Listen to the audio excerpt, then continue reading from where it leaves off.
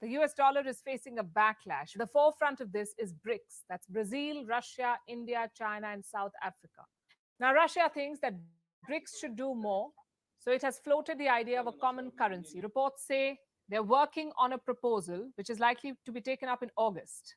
That's when the BRICS summit will be held in South Africa. How will this happen? Some of this is already happening, like the settlement of trade in national currencies. India has an agreement with Russia. It's called the rupee ruble trade mechanism, but Russia has more expectations from India. It is banking on India for more support. And Russia has similar hopes from China, and it's not going to be easy.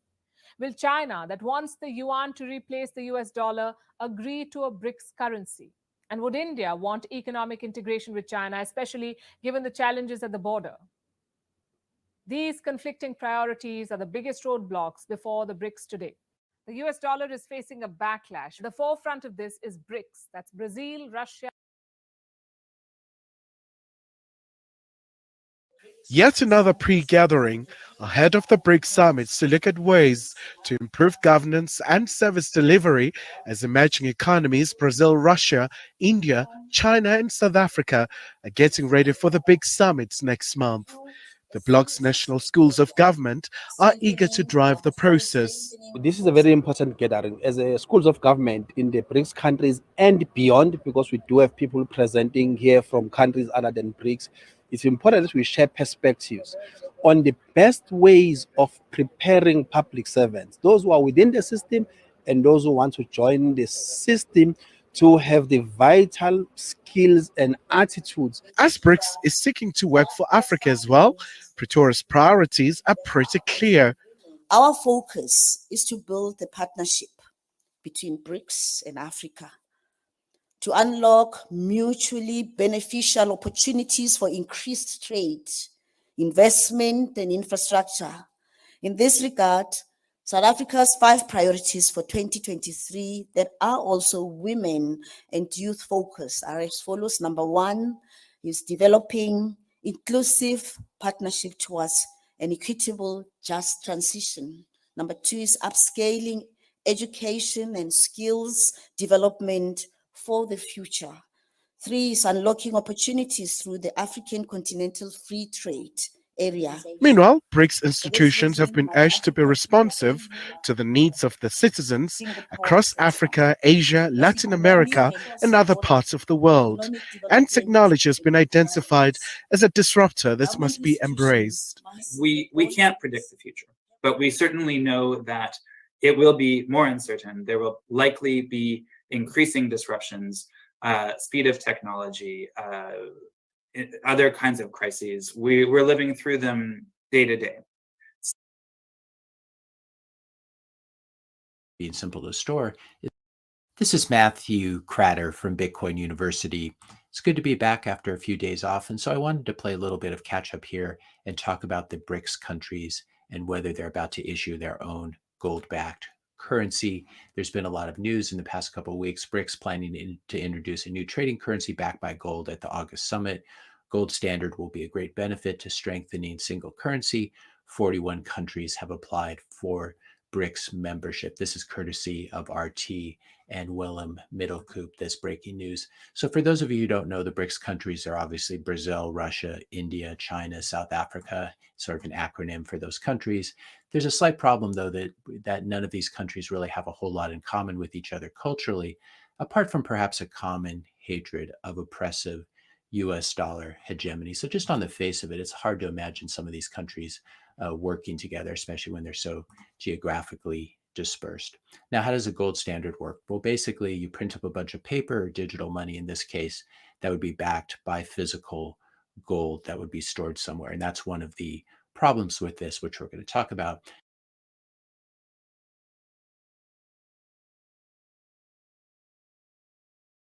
Widening its membership. Foreign ministers of the BRICS group of nations have met to discuss expansion and ways to challenge U.S. dominance in the global economy. Could the bloc shift the balance of the world's trade and power, or is it a political pipe dream? This is Inside Story.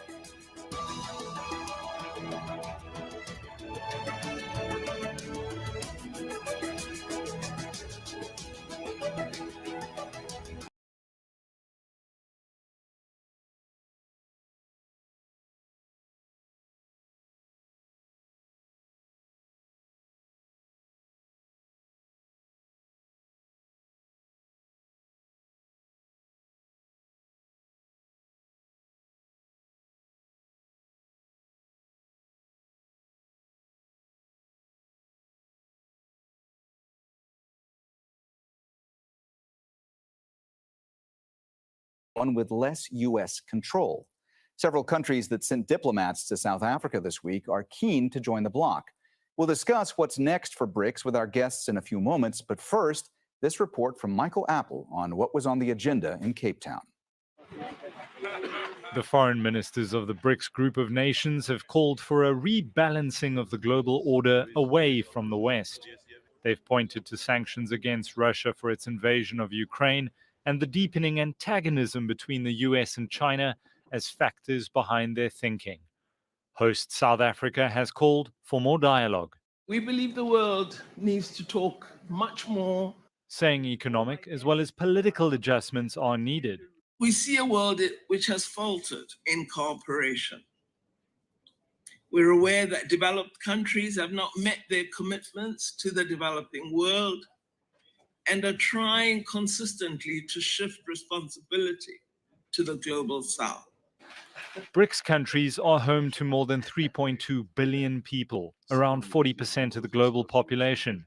None of the bloc's members is in the G7, the group of 7 advanced economies. To increase its influence, BRICS is considering bringing new members into the fold. How are you doing? Biologically okay. Okay, surviving. Saudi Arabia, the United Arab Emirates, and Iran have expressed interest. I believe when we have the BRICS meeting, the issue of currency is top on the agenda. So we are going to discuss it. President Macron, I just want to start off on a very positive note in terms of what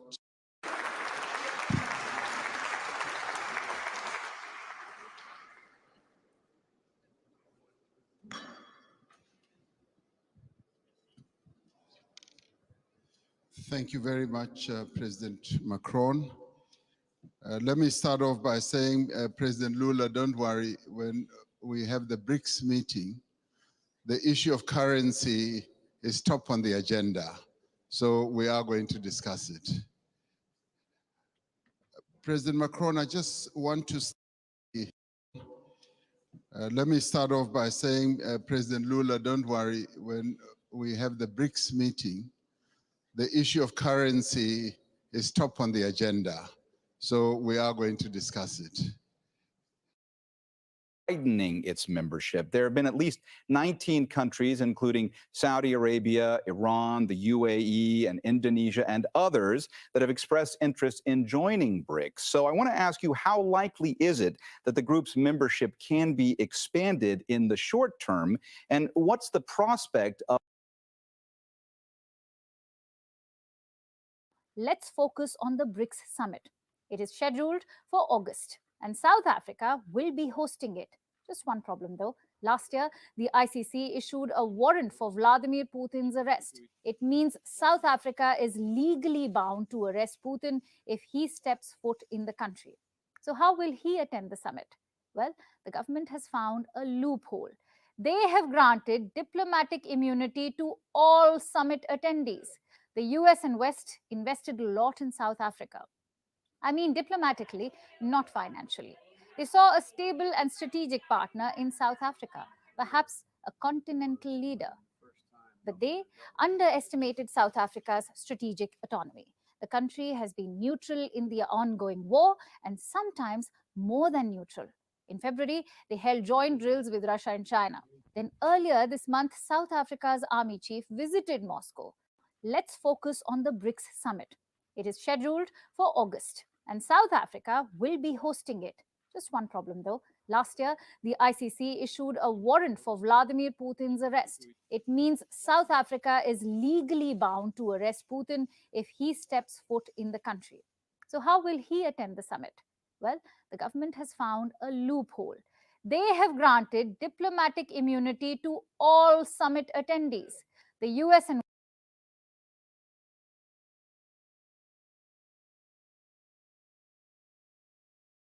What is BRICS? A self-proclaimed hacker named Kim.com sent out a tweet praising Russia and then talking about BRICS. Now, BRICS means Brazil, Russia, India, China, and South Africa. The term was invented by a British economist as a group of countries that could possibly take over the world economy from the G7. Now, here's what's funny. With the exception of China, when was the last time you bought anything from South Africa, Brazil, India, or Russia? Heck, India and China beat each other with sticks on a regular basis. Although I guess technically the US and Canada do as well. But at least you get a trophy at the end. And what's this new currency going to be? The ruble? Not even Russia wants rubles. And do you think Western nations are going to put their money in Chinese banks? In an authoritarian government that might cut off access to your finances because they don't like what you're saying? BRICS is basically the G7 equivalent of playing house. Kim.com is not a software engineer, nor is he a cybersecurity expert, nor is he an intelligence expert, nor does he hold a security clearance. But I have 290 followers on GitHub. So I'm kind of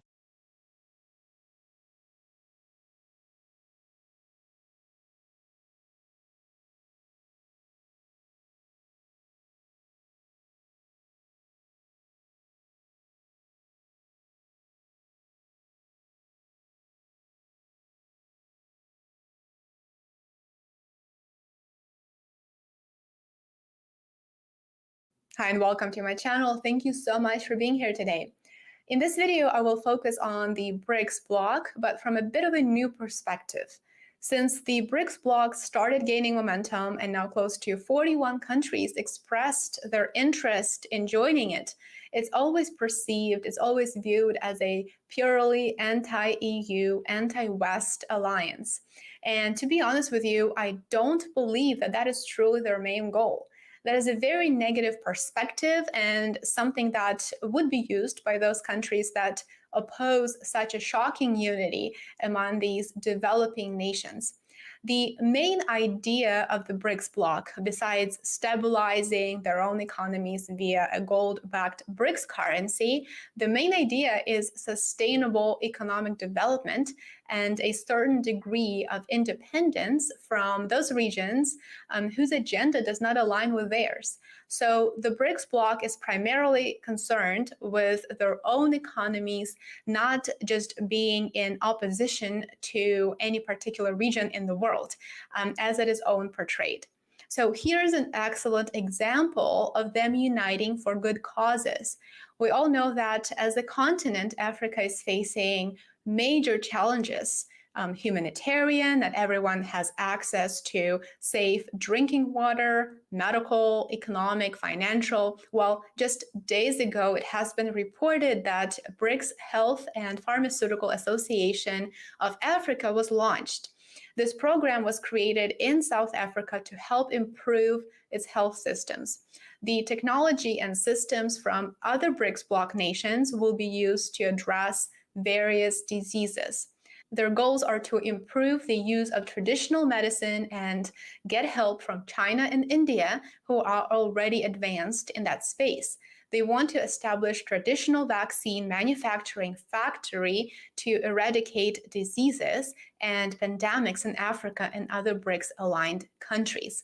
They will focus on African countries while the resources will be pulled from all other BRICS nations. I think that is a wonderful idea, and I appreciate that one of their first major corporations is a humanitarian one. South Africa will be the center of this initiative from which the rest of the African continent will be serviced. They are partnering with the new development bank of BRICS, the BRICS Bank. There is an entire video here on my channel that explains what the BRICS Bank is and how it works. But they will partner with the bank to manufacture medicines, pharmaceuticals, and even medical devices to all BRICS-aligned countries at affordable prices. And in addition to that, they will attempt to do it in their local currencies, in the currencies of its member states, which, as we know, is one of the main goals of the bloc, moving away from the US dollar as much as they possibly can in order to strengthen their own economies. Another interesting and important initiative of this particular association is to bring together BRICS countries to work on research and development in the pharmaceutical field and to collaborate. This is such an important step for these countries to join forces and to address their major issues, which of course start with healthcare and making sure that they move towards making it accessible to all of their citizens. If you like this video, you might also enjoy another one that I've uploaded recently with more details on the BRICS Bank, the new development bank. You will find it linked below. Thank you for watching the video. If you enjoyed it, show your support, give it a like, and consider sharing it. Subscribe to my channel. I would love to have you back for my next one. If you enjoy reading, make sure that you Hello, everybody, and welcome to Commodity Culture, where we break down the commodity space for both new and experienced investors. Before we dive in, a standard disclaimer: nothing here is investing advice. Do your own due diligence. And today's guest is the CEO of Miles Franklin Precious Metals, somebody we always love speaking to here on the show. It's Mr. Andy Schekman. Welcome back. Good to see you, buddy. Thanks for having me. I appreciate Jesse, and last time we were together in Vancouver, and I will look forward to seeing you there again this coming winter. But in the meantime, it's certainly nice to see you over the computer, and good to be back. Thanks for having me. I appreciate it. Yeah, I appreciate you coming on the show once again. And since it has been a while since we spoke, I wanted to start with a broader question, and that is, what are you paying attention to the most right now when it comes to the global economy, monetary system, and financial markets? Well, for me, I have been following a narrative for the last really over 3 years. And I started talking about the BRICS long before it became popular to talk about in this industry or even in the mainstream. And I have been watching this coalition of countries join together against the Western hegemony, against the Western sanctions. And to me, it is it is the bouncing ball. It is really the one really important, newsworthy, completely accelerating trend that I think, before it's all said and done, will have perhaps the greatest impact on the United States. You have what amounts to 25 countries that have either expressed interest in joining the BRICS bloc or have outright applied, from Afghanistan, Algeria, Argentina, Bahrain, Bangladesh, Belarus, Egypt, Indonesia, Iran, Kazakhstan, Mexico, our neighbor to the south, Nicaragua, Nigeria, Pakistan, Saudi Arabia, the linchpin of the dollar hegemony, Senegal, Sudan, Syria, United Arab Emirates, our ally, Thailand, Tunisia, Turkey, Uruguay, Venezuela, Zimbabwe. The list goes on. And now we see Macron from France request a invitation to the new BRICS summit in South Africa, where James Rickards has publicly told the world, and I've been talking about this for 3 years, what he told the world, that they have every intention of issuing a commodity-backed currency this August at this meeting. He's gone as far as saying on August 22nd, expect to hear an announcement of their new currency. Now, if we take a step back to 2019, when the BIS, the most sophisticated bank in the world, reclassified gold as the world's only other tier 1 reserve asset next to US dollars, you can understand why these countries that are joining BRICS are massively loading up on gold, why the central banks of the world have bought more gold over the last 18 months than at any time in history, why it was the biggest first quarter acquisition of gold by the central banks in history, because it is the foundation of what comes next. So for me, everything else, Jesse, is just in the periphery. It's noise. The trend, as far as I'm concerned, is of global de-dollarization and a drive against the Western sanctions, the Western suppression, the Western perception of hypocrisy, and the Western hegemony. And I don't think we've seen anything yet. So for me, this is what I am focused most intently on, although there are so many things that we could talk about, from the banks to the economy, to the geopolitical event, to the political event. But to me, this is where the real interest is, at least from my perspective. So the counterpoint to the BRICS nations coming together forming a new currency based on commodities. Some people are saying a basket of commodities. Some people are saying mostly gold. Is that people point to the fact that they don't even necessarily trust each other. And they say, could you even trust Putin? Could you trust Xi? Could you trust Modi? That the BRICS are more of a loose collection of countries as opposed to a real organization. So do you think they're actually going to be able to announce the launch of a new currency here at the upcoming BRICS meeting? Do you think this is something that could actually be released and implemented soon? And what would you say to those people who are kind of dismissing this whole BRICS alliance as just kind of political theater? I think that that is very, very, very foolish as far as I'm concerned. When you look at Russia, China, Brazil, and India, you have over 30% of the Earth's land mass and the related natural resources just from those countries alone, and not to mention over 50% of the wheat and rice production, over 15% of the global gold reserves. When you talk about China, Brazil, India, and Russia, you have over 3.2 billion people, or 40% of the Earth's population. We're not even talking about the Belt Road Initiative, by the way, 151 or 2 countries, 75% of human population. We're not talking about the Shanghai Cooperation Organization. All these countries are melding together.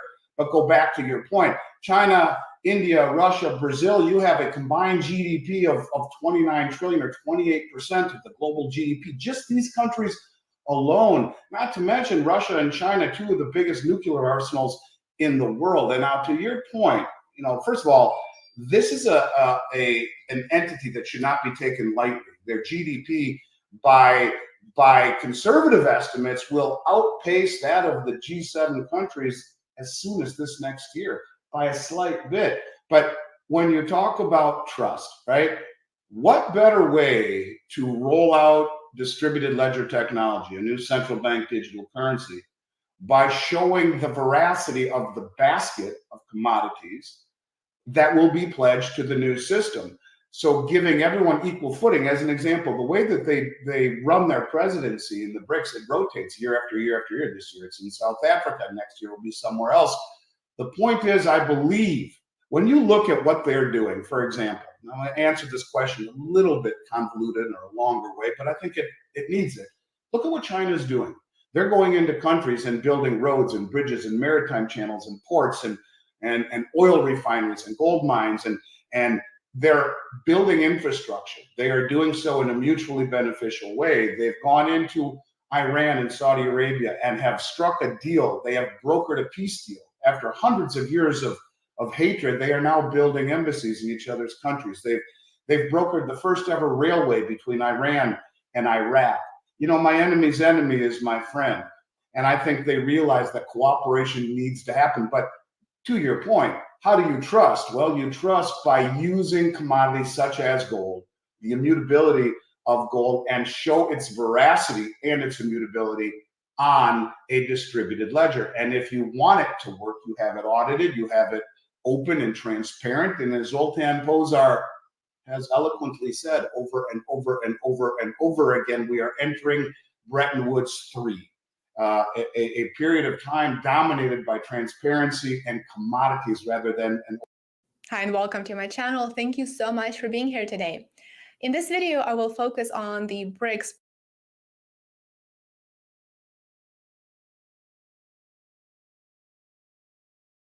An economist, Jim O'Neill, coined the word BRIC, referring to Brazil, Russia, India, and China more than 20 years ago. The founding countries are Brazil, Russia, China, and India. More countries now want to join this group. Well, this formation represents 31.5% of global GDP. So it's slightly larger now even than the G7. So that's the size of market that we potentially could participate in. So I think that's the first important thing. The second thing is, how do we unlock those opportunities so that you reduce the risk of debt trap and you reduce what is a pedestrian at best economic growth at the moment and many, many distressed economies around the world. I think the key here is we need to return back to multilateralism. And as a council, we're agnostic as to where the trade and investment comes from. The only criteria for us, so whether it comes from east or west or north or south, the only criteria for us, what represents the best economic, trade, commerce, and investment opportunities for our country. And industrialization, manufacturing, post-pandemic recovery are all very important elements, but all underlined and underscored by a need to strengthen multilateralism. There's a concern that we are moving into a more sort of polarized world. The group was established to promote trade and development among countries not to rival the then G8. South Africa joined the group in 2009. As we speak now, close on to 20 or so other countries want to join BRICS, and they want us to admit them into the BRICS family. So at this summit, we are also going to be discussing the prospect of whether BRICS grows beyond the 5 countries or not, and many countries, some 20 or so, are lining up, standing at the door and saying we see that BRICS as an important forum that focuses on development, focuses on progress. We want to join. So we've admitted some into the bank. Now some don't only want to be in the bank, they want to come through the front door and be members of BRICS as well. So we are going to be discussing that as well. On Tuesday, the ANC will host a BRICS political parties summit. Sophie Mkwena, SABC News, Johannesburg.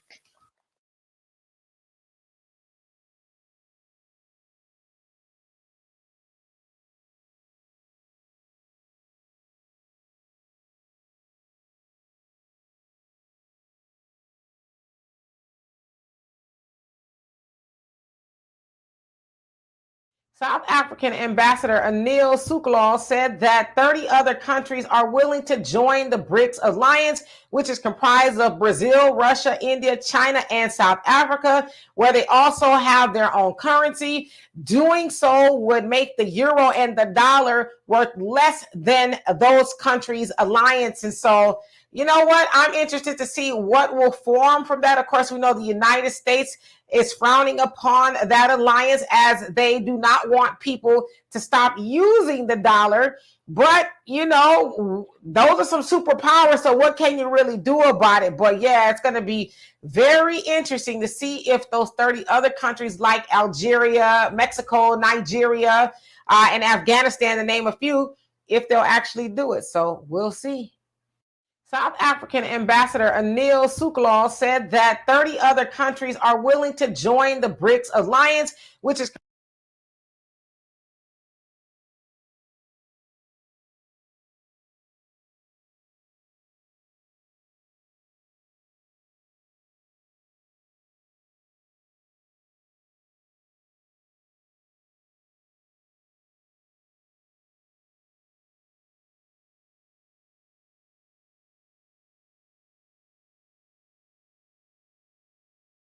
BRICS is set to introduce a new currency backed by gold in contrast to the credit-backed US dollar, with the decision coming a month ahead of the bloc summit in Johannesburg. With the growing initiative, more and more countries are lining up to join the group. But it's going to be a trading currency, which actually I thought was pretty interesting.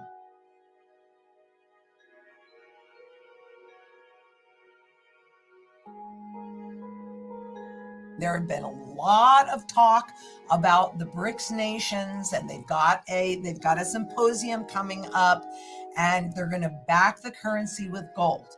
And I've talked a lot about this because this is certainly not the first time that this issue has come up. But let me show you what's really happening under here, because there is no way that any currency can back their currency with gold until they get rid of all the debt.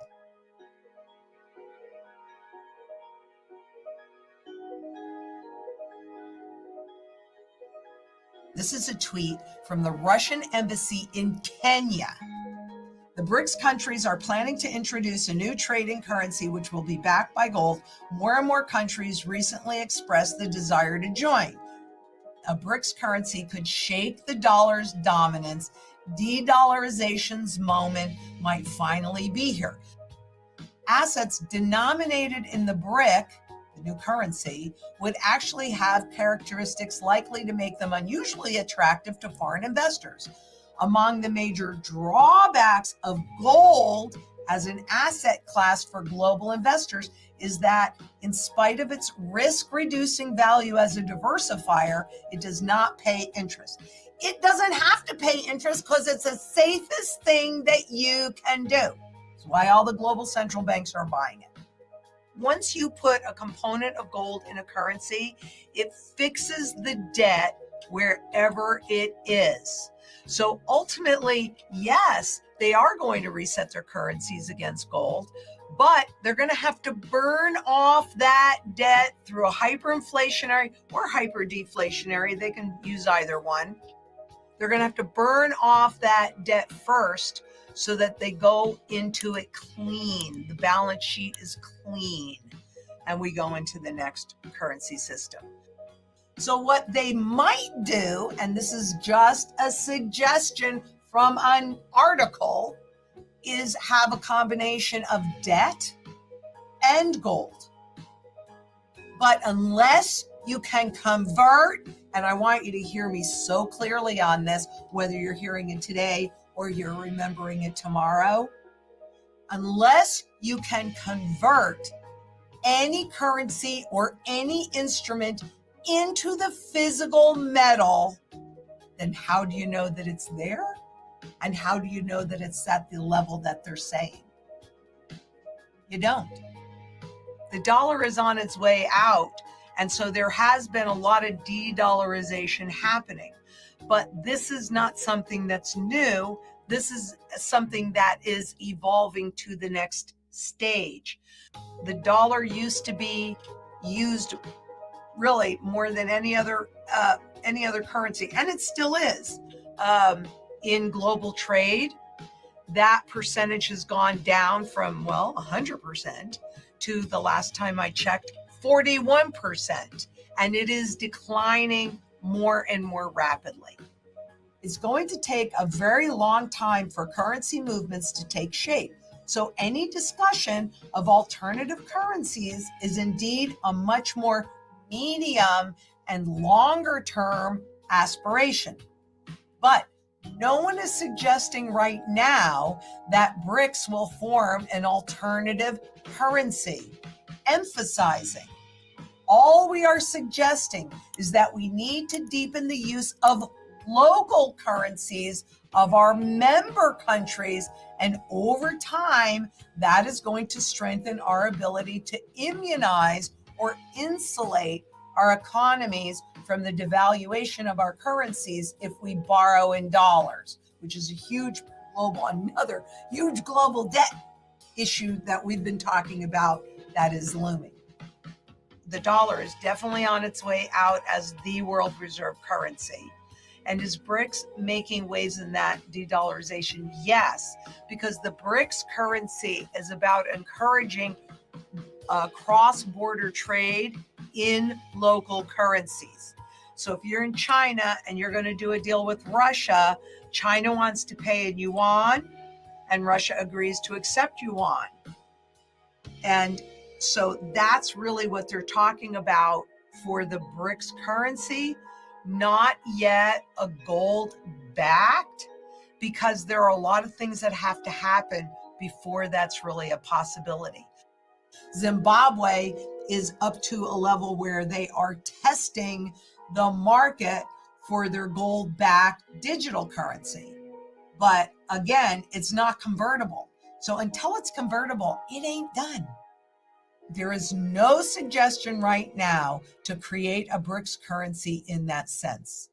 The remarks made by the BRICS Bank Chief Financial Officer align with the statements made by India's External Affairs Minister who reportedly said earlier this week that there are no plans for a new BRICS currency. Instead, the focus remains on enhancing the respective national currency within the BRICS framework. And by the way, I've shown you this over time, that's what they've been doing to bypass the dollar. Quite honestly, every fiat currency on the planet is not exactly, because as you pointed out, we are the global reserve currency, but they're all in the same position. They're all failing. So what is the point of holding failing paper in your hands? At least if you hold dollars here, which is part of the strategy for the minute, since they're the most recognizable, but you only need a certain amount to get you over that first hump, and then it's gold and silver. So why put any wealth in other currencies that are failing? Put it in gold and silver. If you are going outside of your borders to buy anything, medicine, lumber, oil, whatever it is, you have no alternative but to use dollars. Well, that's been shifting really since the end of 2002. And there have been a lot of bilateral trade agreements that have made, well, we'll accept your dollars for or your currency for trade if you accept our currency for trade, bypassing the dollar. That's still what they're talking about. Now, maybe there's something else that I'm not seeing. That's certainly a possibility. I'm just a human being. This is the time to protect yourself anyway from all of this geopolitical garbage. This is what the biz says. Gold is oblivious to geopolitics.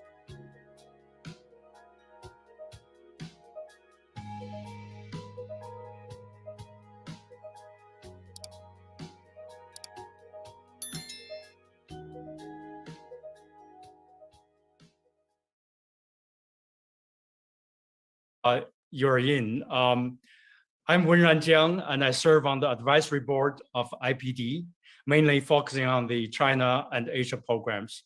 And welcome back for those who have been with us since yesterday.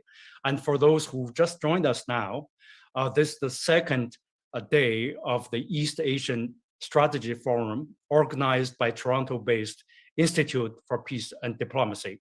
And our session is the virtually lunchtime keynote featuring Professor Jeffrey Sachs. Professor Sachs, very nice to see you again. Thank you. I would like to welcome you on behalf of IPD, our colleagues, and the live audience today. To most of us, of course, Professor Sachs needs no introduction. In our academic world, my colleagues, myself, used his books and his articles over the years for our undergrad courses, graduate seminars.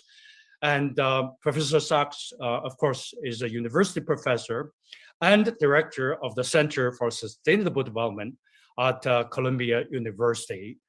For many decades, among many roles, Professor Sachs has served as an advisor to 3 United Nations Secretaries General, and currently serve as a UN Sustainable Development Goals advocate under Secretary General Antonia Gustis. Professor Sachs was twice named among Time magazine's 100 most influential world leaders, and was ranked by the Economist magazine among the top 3 most influential living economists. Since Professor Sachs has many commitments and he will be with us for only 30 minutes today, we would like to have him longer, but he has a busy schedule. He will speak for the first 15-20 minutes. If we have time, we will do a Q&A discussion. And now, Professor Sachs, the floor is yours. Thank you very much. And we certainly will have time, because I will keep my remarks brief to enable us to have some discussion. Thank you to IPD for your important work. We need, most important of all, to keep a high level of cooperation across the major regions of the world. And in recent years, as everybody knows, instead of that high level of cooperation, we have been veering more and more towards confrontation and towards a sense of even Cold War, which crept into our rhetoric and then became mainstream in our rhetoric. I attribute most of this to the United States because I believe that what has happened most basically is that China's economic success has really unnerved American policymakers. They don't know how to address it. So rather than attribute the increased tensions to specific actions by China or specific provocations, I believe that what we are witnessing is more structural, but no less worrisome. And that is that with China's economic rise, and especially with China's increasing technological sophistication, American policymakers went into a mode of confrontation on the view that US primacy in the world, US dominance of technological and military and economic and financial systems was threatened. And since China was the source of that threat, the US needed a new kind of confrontation with China. And of course, the US is trying to bring other countries into that confrontation, including Canada, including the European Union, including the countries of the Asia-Pacific region, notably India, Australia, Korea, and Japan. I don't like this approach of the United States. I've written a couple of books recently saying that this is not the right way to think about our global scene. We're interconnected, mutually interdependent, and we broadly benefit from the success of others. We are not weakened by the success of others. The world is not a zero-sum game. It is a positive-sum game where cooperation leads to positive benefits for all parties.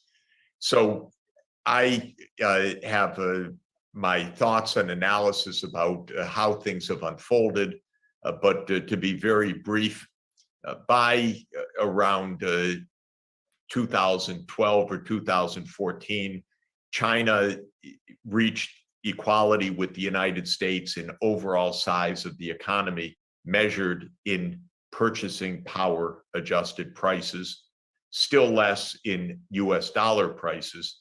But the point is China became certainly the #2 economy in the world and arguably the largest economy in the world. In per capita terms, still much less than the United States, again, depending on how things are measured.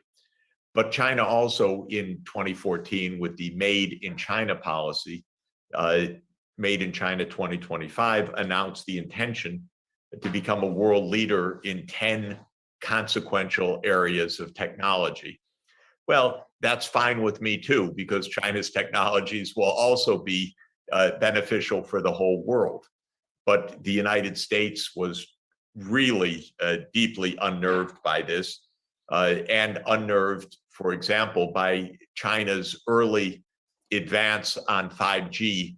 And that's why the US launched a war on Huawei, not because Huawei was dangerous per se, but rather because the US didn't have 5G capacity.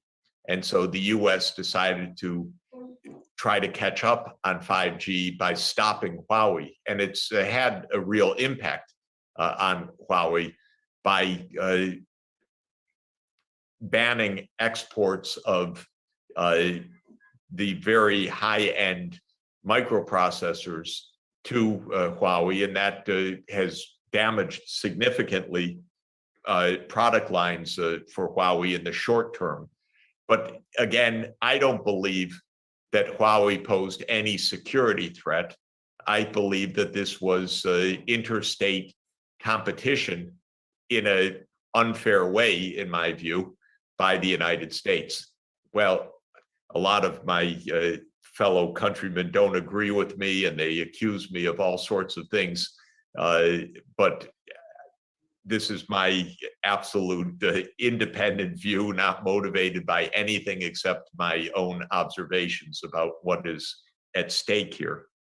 So I have been urging cooperation, and I would say that the last couple of months have been probably on net rather helpful because the US and China signed a cooperative accord at COP26, which was clearly led by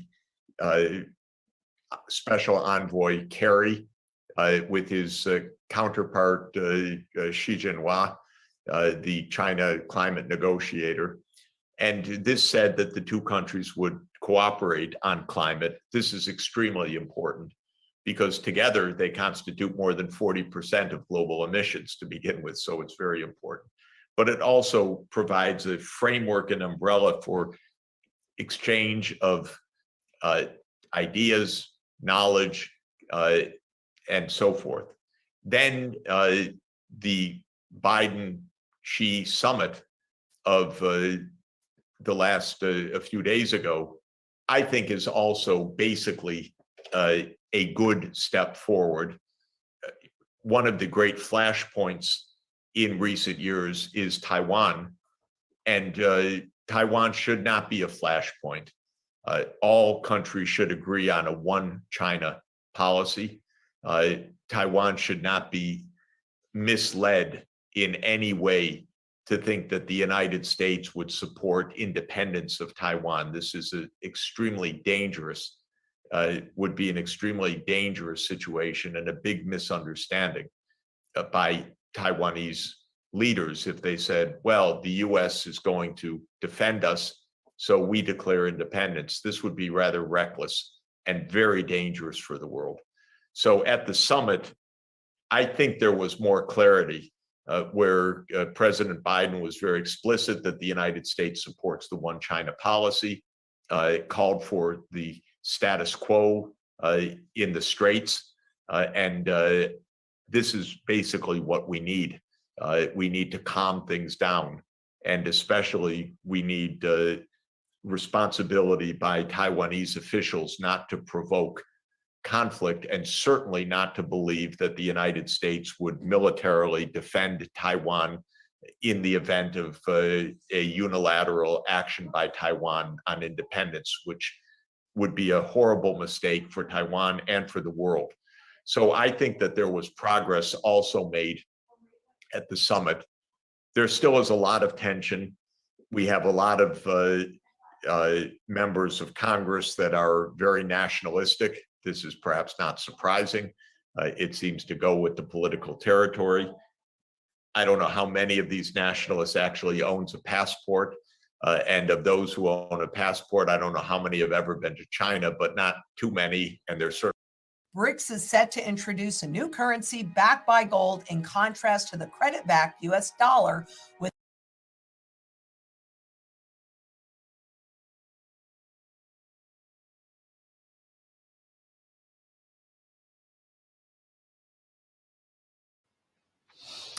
As South Africa gears up to host the BRICS summit next month, the ANC is set to host the BRICS Political Parties Forum Colloquium in Sandton. The BRICS consists of the emerging economies, Brazil, Russia, India, China, and South Africa. A number of events are planned in the run-up to the main event that's happening in August. Khayelihle Khumalo is at this gathering of what we're going to be seeing culminate in September. Kaya, great to see you. Talk to us about the significance of today's gathering and who is represented there.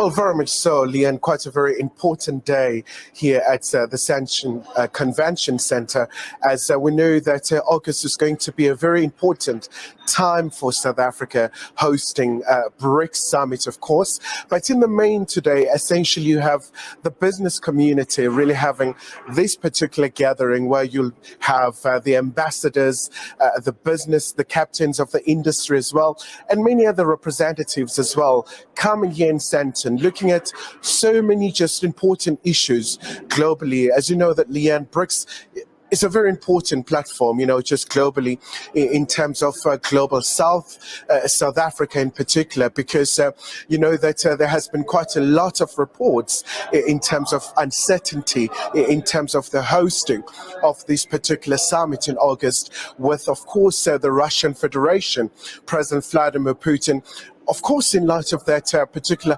arrest warrant that was issued by the International Criminal Court. But there has been a definite confirmation from South Africa that the summit will certainly happen here in South Africa. But also, most importantly today, Leanne, this particular pre-gathering event happens as everyone is really talking about the geopolitical issues really that are affecting the world in light of that particular conflict in Ukraine, where also one of the BRICS members, Russia, is involved. And we do know that South Africa is really, in some quarters, especially in the Western world, has been blasted for its non-alignment stance on this particular conflict. But generally, to all intents and purposes, that has been a posture that has been appearing from all the BRICS members in terms of them not really saying that they support the war, but not really just coming out in terms of denouncing what is currently happening in Ukraine. Also, the issue where many other nations have expressed their interest in joining BRICS. And I can imagine this is going to be one of the other issues that is going to maybe not dominate conversations, but certainly come up. What are you hearing about this?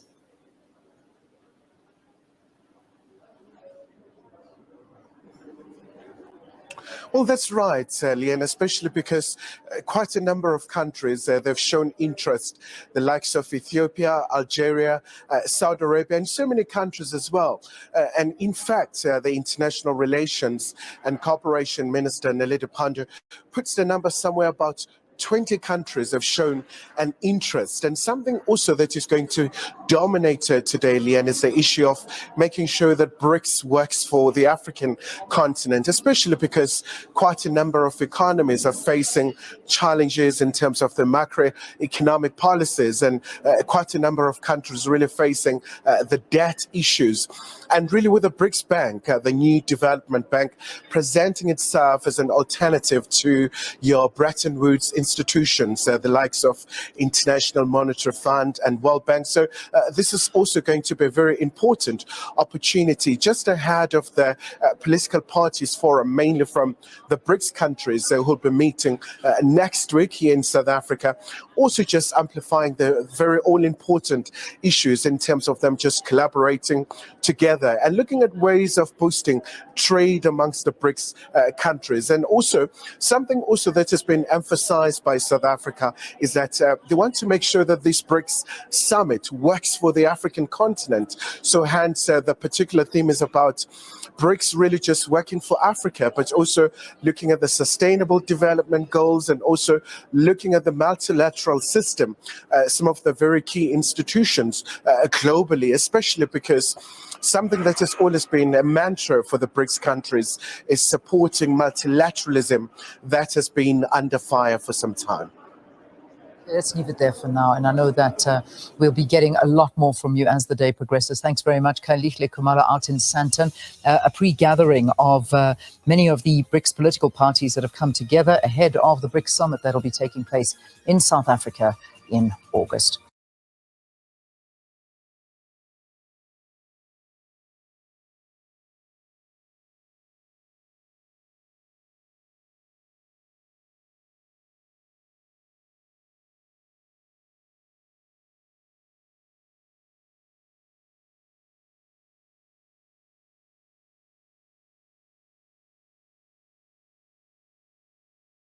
BRICS, or Brazil, Russia, India, China, and South Africa. There's been a lot of talk recently about BRICS and the new BRICS dollar. The relevance of BRICS becomes more salient than ever. I've mentioned the BRICS alliance and how this alliance will change the US-led world order.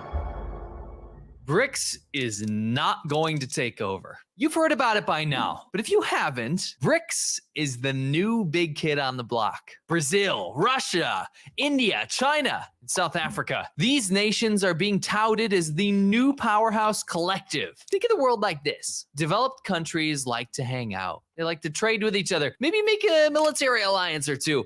But what about the poor or developing countries? What's the developing country club?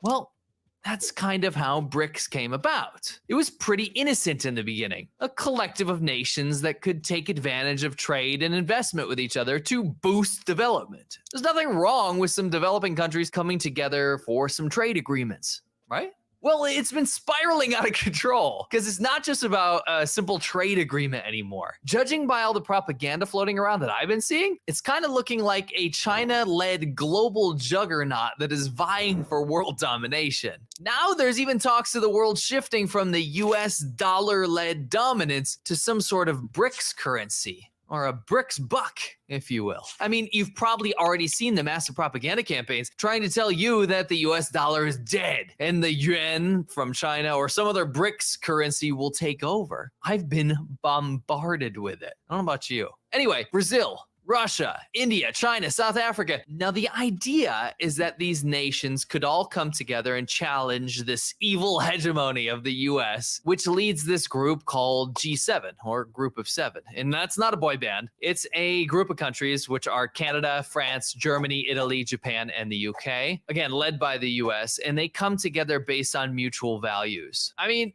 these BRICS countries, Brazil, Russia, India, China, and South Africa, they could all just get along with the G7 countries, right? But that would mean that they have to play by certain rules.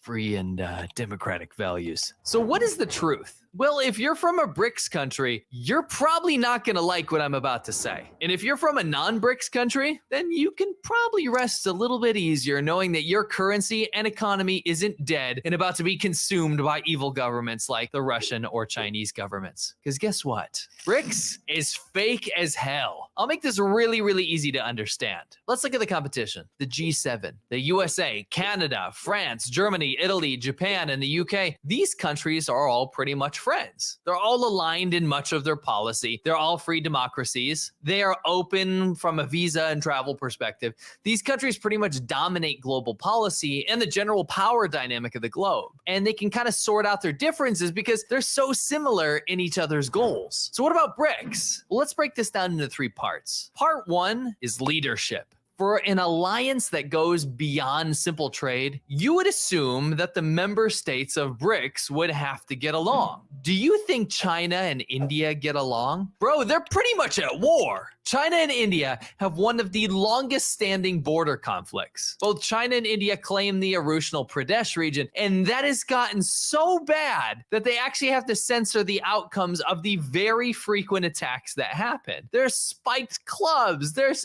fist fights, there's salami slicing land grabs, there is racist propaganda against the 2 countries from each other. So in BRICS, if the 2 biggest member states hate each other this much, then how the hell is any sort of alliance gonna form? Dude, China and India are not just economic rivals, they're enemies. Anyway, China is the leader in this whole situation, but a poor leader it is. China's economy dwarfs the other member states, which would completely skew the decision-making power dynamic in the group. China has proven that its geopolitical ambitions are aggressive and nefarious. From threatening to take over Taiwan to the militarization of the South China Sea to the border conflict with India, China doesn't have friends. And guess what? They don't have friends for a reason. China is barely friends with the other BRICS nations. Now, I want you to contrast this with the G7 countries. They're all pretty much best buddies. Speaking of friends, China isn't going to be able to align with the other nations on common policies. China, as you know, is pretty much just a manufacturing powerhouse. They don't do much else. While India, for example, has a very diverse economy with a growing services sector. These two countries would never be able to come up with a cohesive or unified strategy when they want different things. Don't even mention China's human rights record, by the way, which poses a massive problem. You can't get people to follow you when you act like a slave driver. From the persecution of minorities to forced labor to having one of the worst freedoms of press and the worst freedom of speech ratings in the entire world, China is by no means a palatable leader. China operates secretly behind closed doors. And by the way, while we're at it, do you think the other member states of BRICS will be keen on China's intellectual property theft? Let's not beat around the bush here. China has stolen trillions of dollars of intellectual property from other countries across the globe. In fact, much of China's economy and growth is based on theft and trade imbalances with other countries. How the hell is anyone going to trust a country that not only got its position in the world thanks to IP theft, but continues to do so today? They never stopped. So how about the other candidates for leadership? Let's look at the remaining members here. Today's video is brought to you by Surfshark VPN. What is a VPN? Well, it's pretty much the most important thing you could have on your computer right at this moment. But not only your computer, also your phone.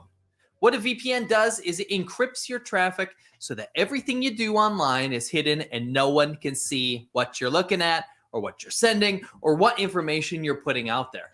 What's more important? Members of said power would actually be powerful? Don't you think that they would pose an economic threat? Well, let's look. South Africa, the S in BRICS, cannot even keep the lights on. Nearly everyone in South Africa experiences load shedding daily, meaning that the power is out. I've been speaking to people in South Africa, and while it was normal for them to experience a couple hours a day before, like the lights go out for a couple hours a day, now it's around 12 hours per day. 12 hours a day with no electricity, no AC, no fridge, no restaurants. I mean, actually, when I think about it, how would you run a restaurant if you don't have power? The nation is crippled with rising crime and one of the highest unemployment rates in the entire world. This is a nation on the verge of failed state status. And I honestly think they threw South Africa on the panel just so it wasn't called BRIC, because BRIC sounds too dumb. I mean, dumb as a brick, right? That's the phrase. Now they can call it BRICS. Dumb as bricks. It still works. Anyway, maybe Russia can lead the way. Oh wait, they invaded Ukraine and their entire economy has tanked and they have to deal with being completely ostracized by the rest of the world. Russia is basically just the gas station of BRICS. I mean, I guess it's a gas station with nukes, but economic powerhouse, it is not. Their entire country, the biggest country in the world, I might add, has an economy smaller than Texas. The economy of Russia, again, the biggest country in the world, is smaller than New York State. Heck, Russia's economy is only half the size of California. The truth is, Russia is under massive sanctions and its economy is shrinking. Let's look at Brazil, the B. Brazil was on a decent path economically before. A few years back, the Brazilian stock market was on fire. They reined in spending and inflation, and Brazil was actually able to bring interest rates down. So people decided that when they could no longer get 8% by investing their money in government bonds, that they should put the money in stocks. And great! The stock market went up. It looks like the state would be able to step back and maybe even unload some of those state-owned firms like in the 90s. All of a sudden, they elect in Lula, who is basically a tanky who will undo much of this economic progress. And suddenly, Brazil is talking about a currency union with Argentina. I mean, Argentina, who like clockwork can't even get its spending in check and has massive inflation and may have to devalue. Instead, Lula wants to drag Brazil back into this workers' paradise BDSM dungeon for more beatings. I mean, that's the other candidate, right? So pretty much in this whole thing, India is the only really healthy state, healthy economy that looks like it could actually bring something to the table. But that brings up a very important point. Why does India need BRICS then? The truth is that it doesn't. India would be just fine continuing to liberalize and deregulate and grow the economy. India has been doing really, really well and even started to question their long history with Russia. So it doesn't look like anyone's gonna align here. I mean, BRICS is not a union. All the BRICS countries here look like they don't even get along. But what about the currency union? Let's talk about that. That's something I'm bombarded with all the time. Heck, let's even talk about these rumors that are being slung around about a BRICS buck or whatever they're going to call it. Imagine a competitor to the dollar, dethroning the dollar, taking it down a peg and making BRICS, the BRICS currency, the currency that people start using around the globe. So part 2 is dethroning the dollar, the BRICS currency union. Something I've seen around YouTube and articles and just media in general is that BRICS could start a currency union to replace the US dollar.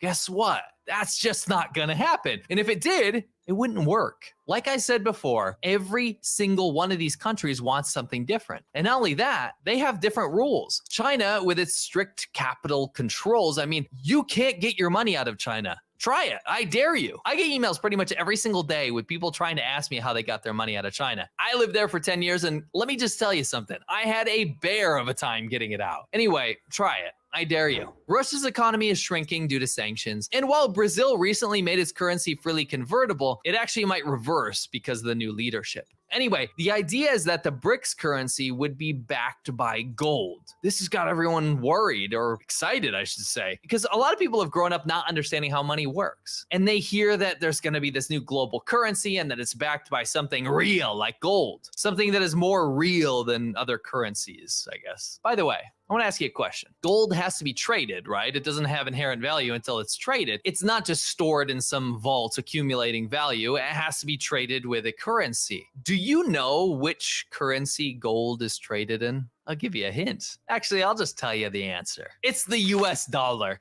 And guess what? Most countries keep their gold in the New York Fed vault so that bars can be moved among pallets to make payments from one country to another. So let me get this straight. BRICS is going to kill the US dollar by making a currency backed by gold, which is then traded almost completely in USD and often even kept in the United States? An economics expert I spoke to poses a great question. The question is, are they actually going to make a currency union or a new currency that they can just choose to use? If they're proposing a true currency union, then all of those countries have to agree on a common monetary policy. That means the same interest rates for a BRIC buck. Otherwise, I'll arbitrage the interest rate difference, borrow BRIC bucks in a low BRIC interest rate country, and then invest them in a high BRIC interest rate country, basically extracting money from the group. Then there's the mundane issues, which would surely generate ego fights. I mean, who gets how much say on what monetary policy? Where will the central bank be located?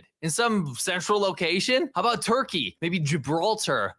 Maybe Liberland or Sealand? Or are they going to make this currency optional, like Starbucks points, but for honey or vodka or tea or oil? In that case, who cares? That's not going to replace the dollar, right? And if it's a currency union, how much foreign exchange trade could that replace? Well, let's go back to the BIS triennial survey. Wow, a BRIC buck would be involved in 10.7% of all foreign exchange trades. So they would only be 1/8 of the way to replacing the dollar, and still less liquid than the Great British Pound or the Japanese yen. Also, there's some serious cheap talk coming out from China. They've also proposed the gold-backed yuan oil trading. So if I make money from selling oil to China, I get yuan or RMB, which I can convert to gold in a Shanghai or Hong Kong bank. Great. Great.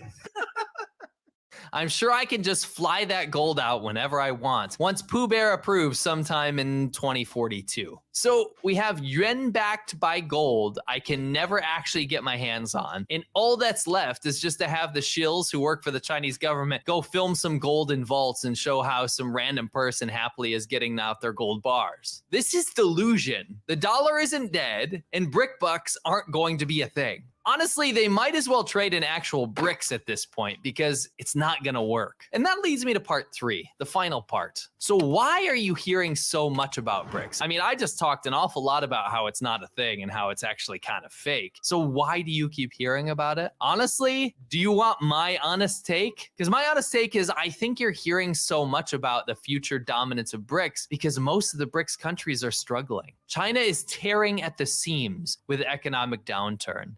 Massive swaths of companies are pulling out of investments and moving elsewhere, like Vietnam. China's economy is too reliant on state-owned enterprises, which is stifling innovation. China is experiencing astronomical levels of debt. It's currently embroiled in a massive trade war with the USA, which China's economy heavily relies on. The housing market has partially collapsed, with juggernauts like property company Evergrande completely failing. Banks are not paying loans to people despite protests and then subsequent crackdowns, not to mention the public discontent that is fomenting just beneath the surface.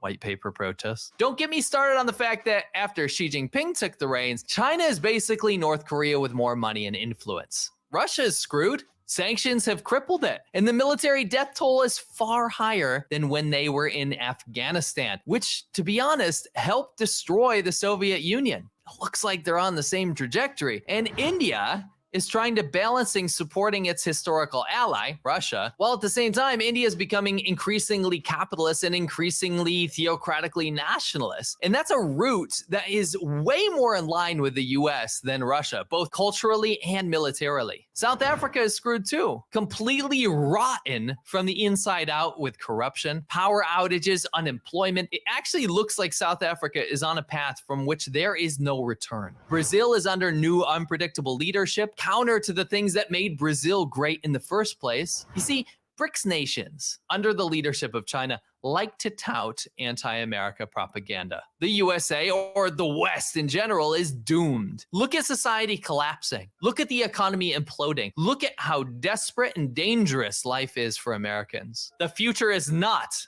with the USA, it's with us. China or Russia, but in fact, nothing has changed. Let me blow your mind for a second. This is from a 1957 film about how Americans can spot propaganda. I want you to look at this and tell me if anything has changed. And today, America cries peace, peace. To further the blessings of peace, to ensure peace, America today sends to every nation in her imperialist orbit the implements of peace, ammunition, rifles, bayonets, hand grenades, machine guns, bombing planes, fighter planes, and now even atomic cannon. The gentlemen from America may call that peace, but I have another word for it. I call it war. I call it America's master plan to enslave the world. I don't think you need three guesses to know what this is all about. But let's listen a moment longer and see what's behind it. Peace is what the whole world yearns for, prays for, longs for. But on Wall Street, it is a word that spells ruin. I say let the American warmongers beware. The people want peace. And we are the voice of the people.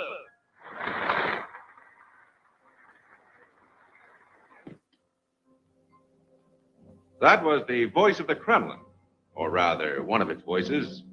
There are lots of them around the world, speaking in every language. I think you can see this all for what it is. It's propaganda. Now, go rest easy. Go outside. Enjoy your day. Put your phone down. Stop reading the news. Strike up a conversation with a neighbor. BRICS, under China's leadership, isn't going to eat your lunch. They can barely make their own. If you enjoyed this, you probably will enjoy my live show that I have every single Friday called The China Show. I examine in depth everything that is going on in China at the moment. It's all the current events.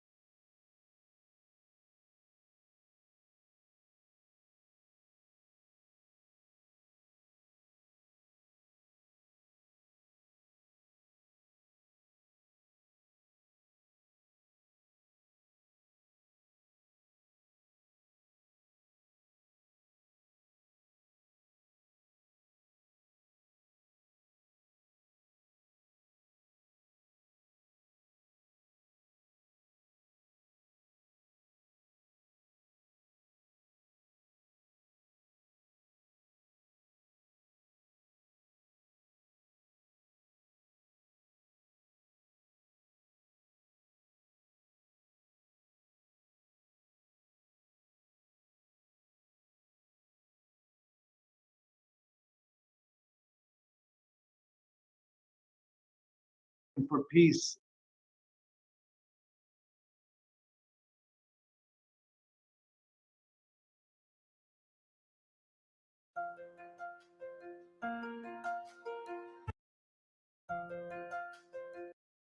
Right now, one of the things,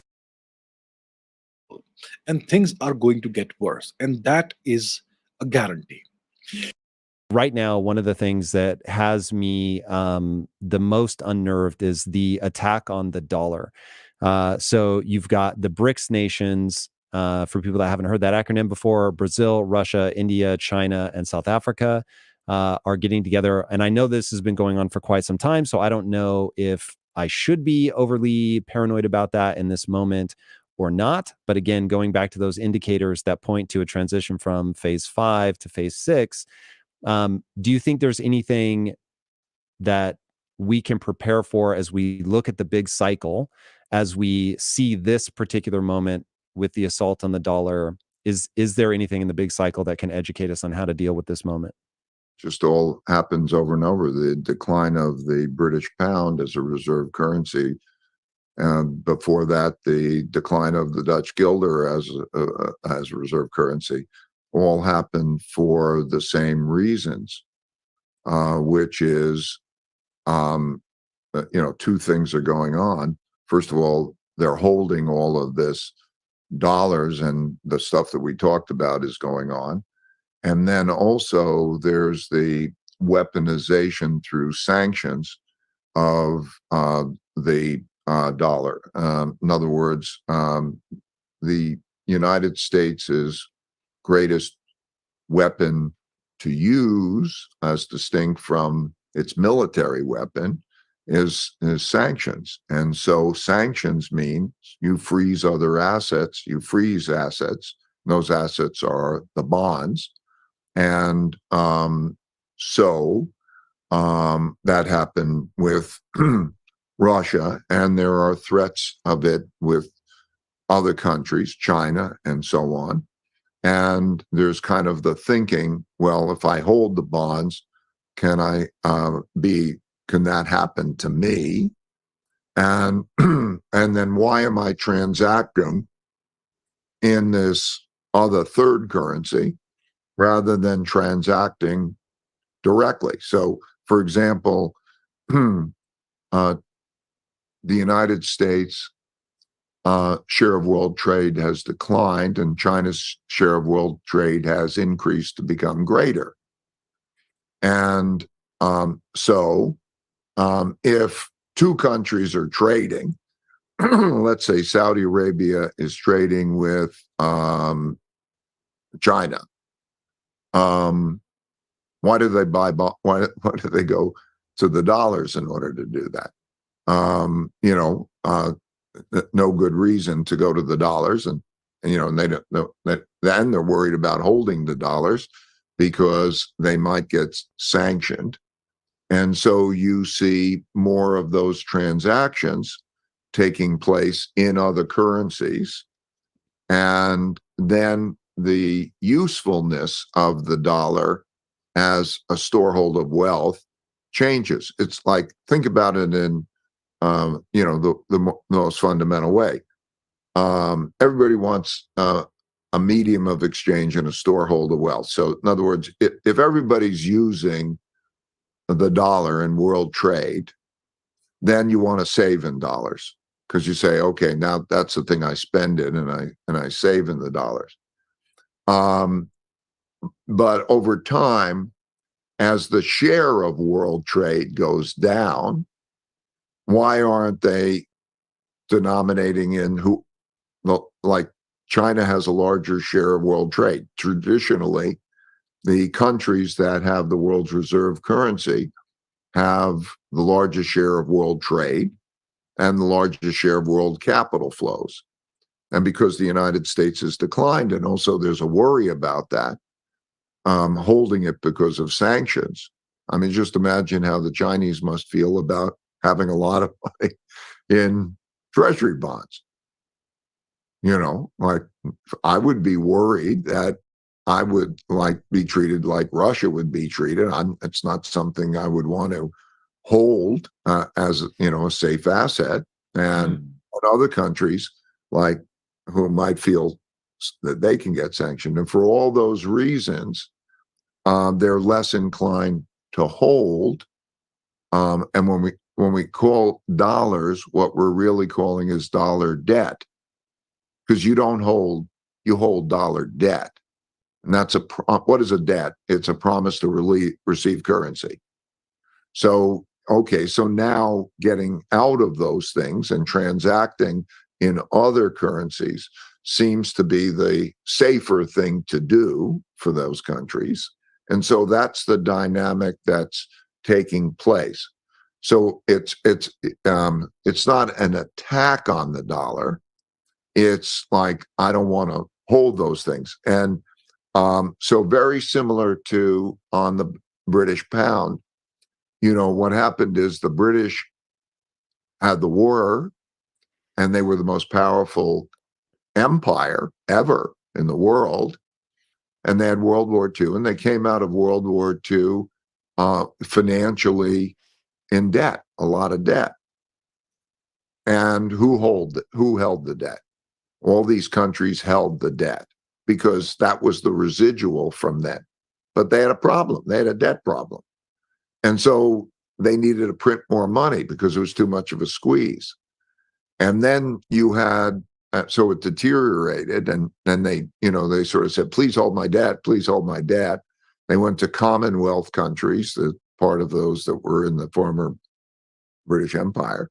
And then you had the Suez Canal incident, where there's sort of a war, and everybody realizes, well, hey, wait a second, that British Empire ain't the British Empire, and they're heavily in debt. And then they say, I don't want to own that debt. And there went the British pound. So that's just how the mechanics work. Okay, so looking at the U.S. and I don't want to be cheeky and say speaking directly to the U.S. government, but if I were to be so bold, so if this is that predictable moment where, okay, there are actions that we can take as a country that will either help us keep the world reserve currency status, and there are actions that we can take that will cause us to lose that status more quickly. It seems like, okay, you've got the BRICS nations, they are moving away from the dollar. It seems like that card has already been played. I don't know if you think there's anything that we can do to make that easier. But certainly speaking to printing, so one thing that I've heard recently, and this is a really fascinating concept, that when you have other nations that are holding your currency, holding debt, as you said, they're not like hoarding cash, but they're holding a lot of debt. If we print money, what we're essentially doing is externalizing inflation. So we are causing a devaluation of that debt for all the countries that hold us. Now, we're in a moment with rising interest rates that's causing us to need to print, but creating this really weird, difficult moment where as we print, then we have a need to raise interest rates. But the reason we're having to print is because we're raising interest rates. So it's a very difficult moment. But if we could, going back to your idea, it's how we are with each other. If we could get people to come together in the middle, would one of the things we would want to convince the US government to do is to be very cautious about devaluing the dollar? Is that an important idea? It's more basic than that, and it's more simple, but it's also more difficult. What the reason cycles exist is that the next stage has been determined by what has already happened in the prior stage. So we are in debt a lot. You can't change that. We got a lot of debt. And if you say, what could you do? I mean, two things come to mind. What you could do is you could be financially strong, and you can not use financial sanctions as a weapon to scare the holders of those bonds. But to be financially strong requires you to not spend more than you earn. That means you either have to cut your spending or raise your earnings. Okay, that ain't easy. Okay, so are we going to cut our spending?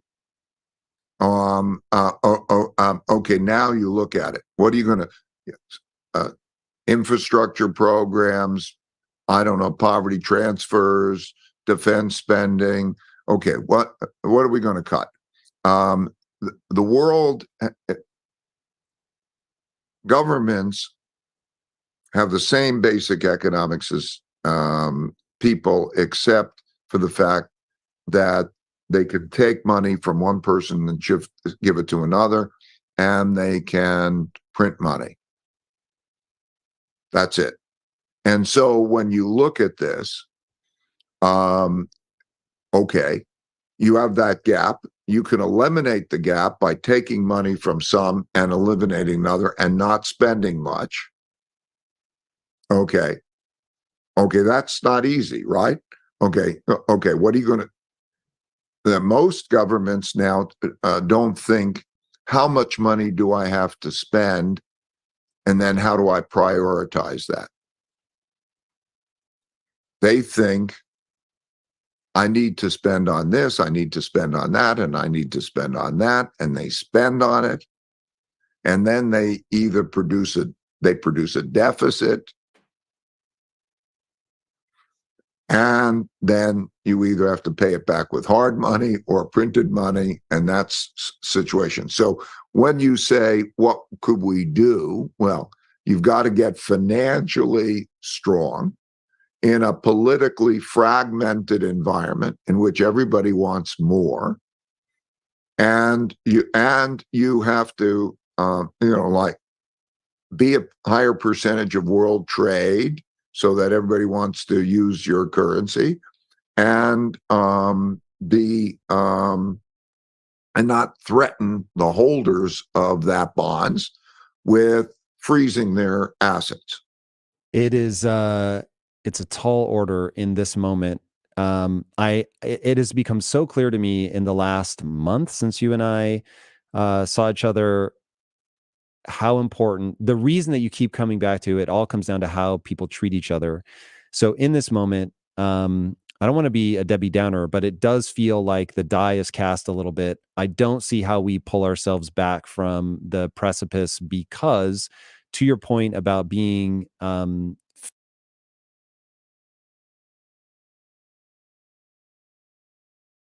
This is Richard Wolff from Democracy at Work, responding to another Ask Prof. Wolff question from our Patreon community. And this question comes from Mary. Mary asks whether it is sometimes justified to impose sanctions on a country, even when they hurt average citizens, because it is a way to stop what we might believe to be evil behavior on the part of a government. I would like to broaden Mary's very good question, because it is certainly part of today's world and today's news. But I'd like to broaden it a little bit to ask and talk about sanctions. And here we have to understand what happens when a country, and I might as well use the United States because it's the single most frequent applier of sanctions in the world.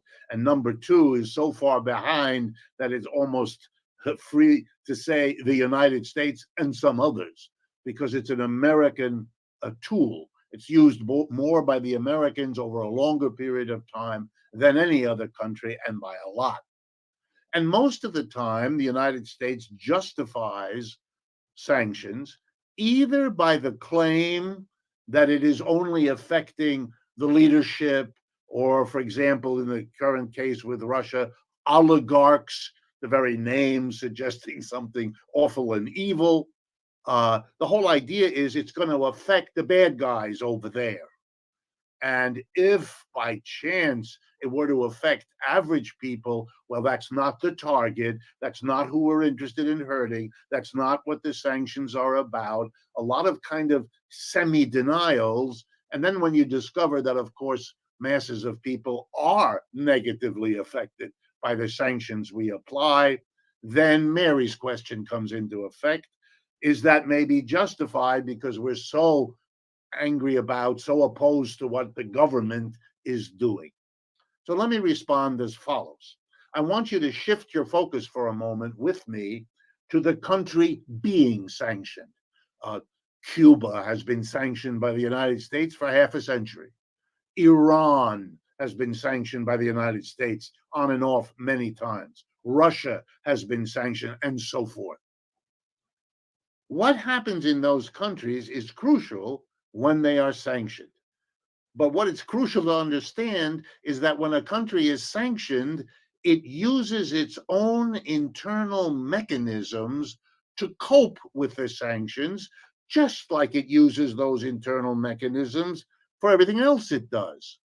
And one of those internal mechanisms in Cuba, in Iran, in Russia, in China, is in almost every case that the people who have the power and the wealth use their power and use their wealth to offload the burdens of the sanction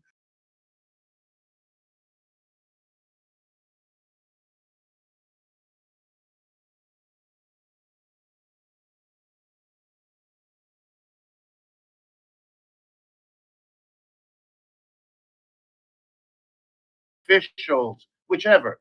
They are in the prime position to put the pain somewhere else, which is what they do in almost every case.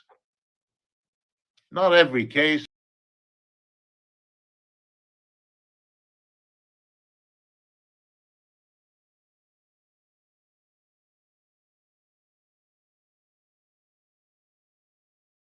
Vulnerable in society, the least able to protect themselves because they don't have a lot of power and they don't have a lot of wealth. If you impose sanctions on a country, you're going to hurt average people who can handle it least well. That may not be your intent, but that is what you're going to do. And I would be dishonest if I suggested to you anything other than that President Biden knows that. And the head of any other country that imposes sanctions on another country knows it. Mr. Putin is not inconvenienced by these sanctions. They don't change his life, except in one way that I'm going to get to in a moment. So the sanctions, to be blunt, don't hit the people you are told, and we are told, they're aimed at, because those people have the best possible means to escape the impact of those sanctions and to put the pain onto those below them in the society, which means it's not an effective way to change the behavior of the leaders of a country. And it never has been. Sanctions don't work. I'll go back to Cuba. After accusations of electoral fraud, UN Special Rapporteur Elena Duhan is in Zimbabwe to assess the impact of sanctions. Sanctions that were imposed in 2002 after accusations of electoral fraud and human rights abuses back when Robert Mugabe was in charge. Emerson Mnangagwa is now president. His administration says those sanctions are stalling economic development and hurting Zimbabweans. We want the sanctions removed because they've affected every facet of our life. So in a nutshell, our document that we are going to give them will clearly indicate the effects of sanctions on our society. The United States, the European Union, and Britain insist the restrictions only target companies and specific individuals, both within the Zimbabwean government and those associated with it. That's the United States Embassy. Zimbabweans who want the sanctions removed have been protesting here for more than 2 years. They believe the government is being punished by the US, Britain, and the European Union for seizing white-owned farms more than 2 decades ago. Most Zimbabweans are struggling to cope with high unemployment, inflation, and rising food prices. Those camping outside the US Embassy blame the country's economic crisis on what they call politically motivated sanctions. They talk of a rule of law. I think there is no rule of law can never be defined in precise terms anywhere in the world. So some of these issues, they talk of human rights abuses. People are killed every day in USA. A lot is happening in all those countries that sanctioned us, but they are not under sanctions. So what's so special about Zimbabwe? Alena Duhan plans to spend 10 days in Zimbabwe on a fact-finding mission. She will then present her report to the UN Human Rights Council next September. Opposition leaders and civil society groups here say they Sanctioned them for over half a century, and they remain opposed to American policy and a leader in Latin America for other nations that are becoming opposed to the United States. Sanctions didn't work. Iran is as busy doing what we don't like, the United States officially. The sanctions didn't work, and they haven't stopped Russia in Ukraine either, and I could go on. Now All to of Africa, the tariffs. a continent with a lot of potential, unlimited resources, an untapped market, and a young demographic. Africa has all of it. The world was late to realize this, but now they've woken up to the fact. China was the first. It invested billions and lured African nations into a debt trap. Then there were the others, the United States, Europe, even India, all looking to enhance their ties with Africa. But now the continent has an unlikely suitor, the Islamic Republic of Iran. Their president is making a beeline for Africa. His name is Ibrahim Raisi, and he will embark on a rare tour. He will visit Kenya, Uganda, and Zimbabwe. It's the first trip by an Iranian president to Africa in 11 years, so clearly it's being talked about. But what is Raisi doing there? Why does he want to go to Africa? Why is Iran suddenly courting Africa? You see, the Iran of today is an isolated country, both politically and economically. There are sanctions imposed by America, a battered economy, the protests last year, and its waning influence in West Asia. So the regime has come up with a new strategy, diplomacy. Tehran is engaging with friends. It is also engaging with its enemies. Basically, it's doing everything it can to forge alliances. Case in point, Africa. In March this year, President Raisi hosted a meeting with African representatives. He pitched Iran as a different kind of partner, different from the typical colonial West. And now he's touring the continent. The obvious focus is trade. Iran and Africa have a robust bilateral trade. It was just over $1.2 billion last year. This is a 107% rise from 2021, but it's not enough, far from it. Tehran's footprint in Africa pales in comparison to its neighbors, the likes of Saudi Arabia and Turkey. Look at the numbers. In 2021, Turkey's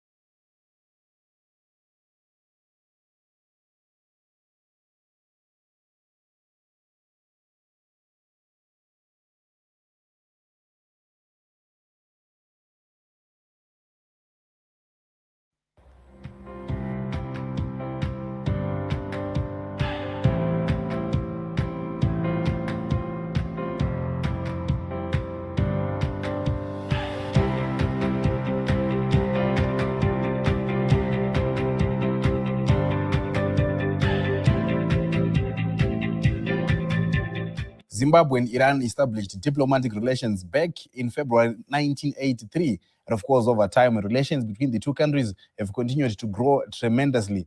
And under the Second Republic, Zimbabwe sent a good number of high-level delegations to Iran.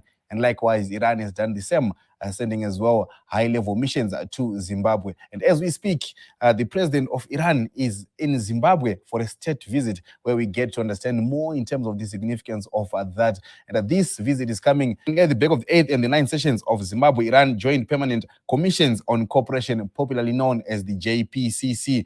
And the first one was held in Harare in August 2023. The second one was held in Iran in February 2023. Now to talk about this in terms of its significance and how it can help the country move forward. Hello, this is Economics 101. My name is Ian Vambe. And today in the building to understand what exactly is happening between Zimbabwe and Iran, how does Zimbabwe get to benefit economically, we are joined by two interesting gentlemen. We have got Ambassador Christopher Mchanga, who is ZANU-PF spokesperson, and we also have Dr. Zach Murerwa, who is an economic analyst. Gentlemen, thank you so much for joining us.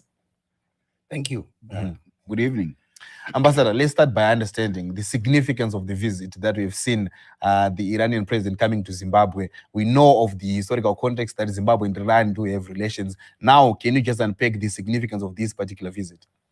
Well, it's a very, very important visit between the two countries. That President Raisi is in Zimbabwe. He has been to Kenya. He has been to Uganda. Now he's in Zimbabwe. This is at a time when Iran is on an offensive, an outward offensive, courting friendships, particularly with the global south. It is coming out of a very tough period of very painful American sanctions, similar to the ones which we have been through as Zimbabwe. Right. So we are two sanctioned friends, sanctioned by the superpower, the only superpower which is in the world. But they are breaking out of that sanctions just as much as we are also breaking out of the stranglehold of American sanctions. Last month, I think he was in Latin America. He went to Venezuela, another sanctioned country. And then he went to Cuba. I think it was Cuba and another American country. Then afterwards, he went to the rising superpower of the Southeast Asia, which is Indonesia.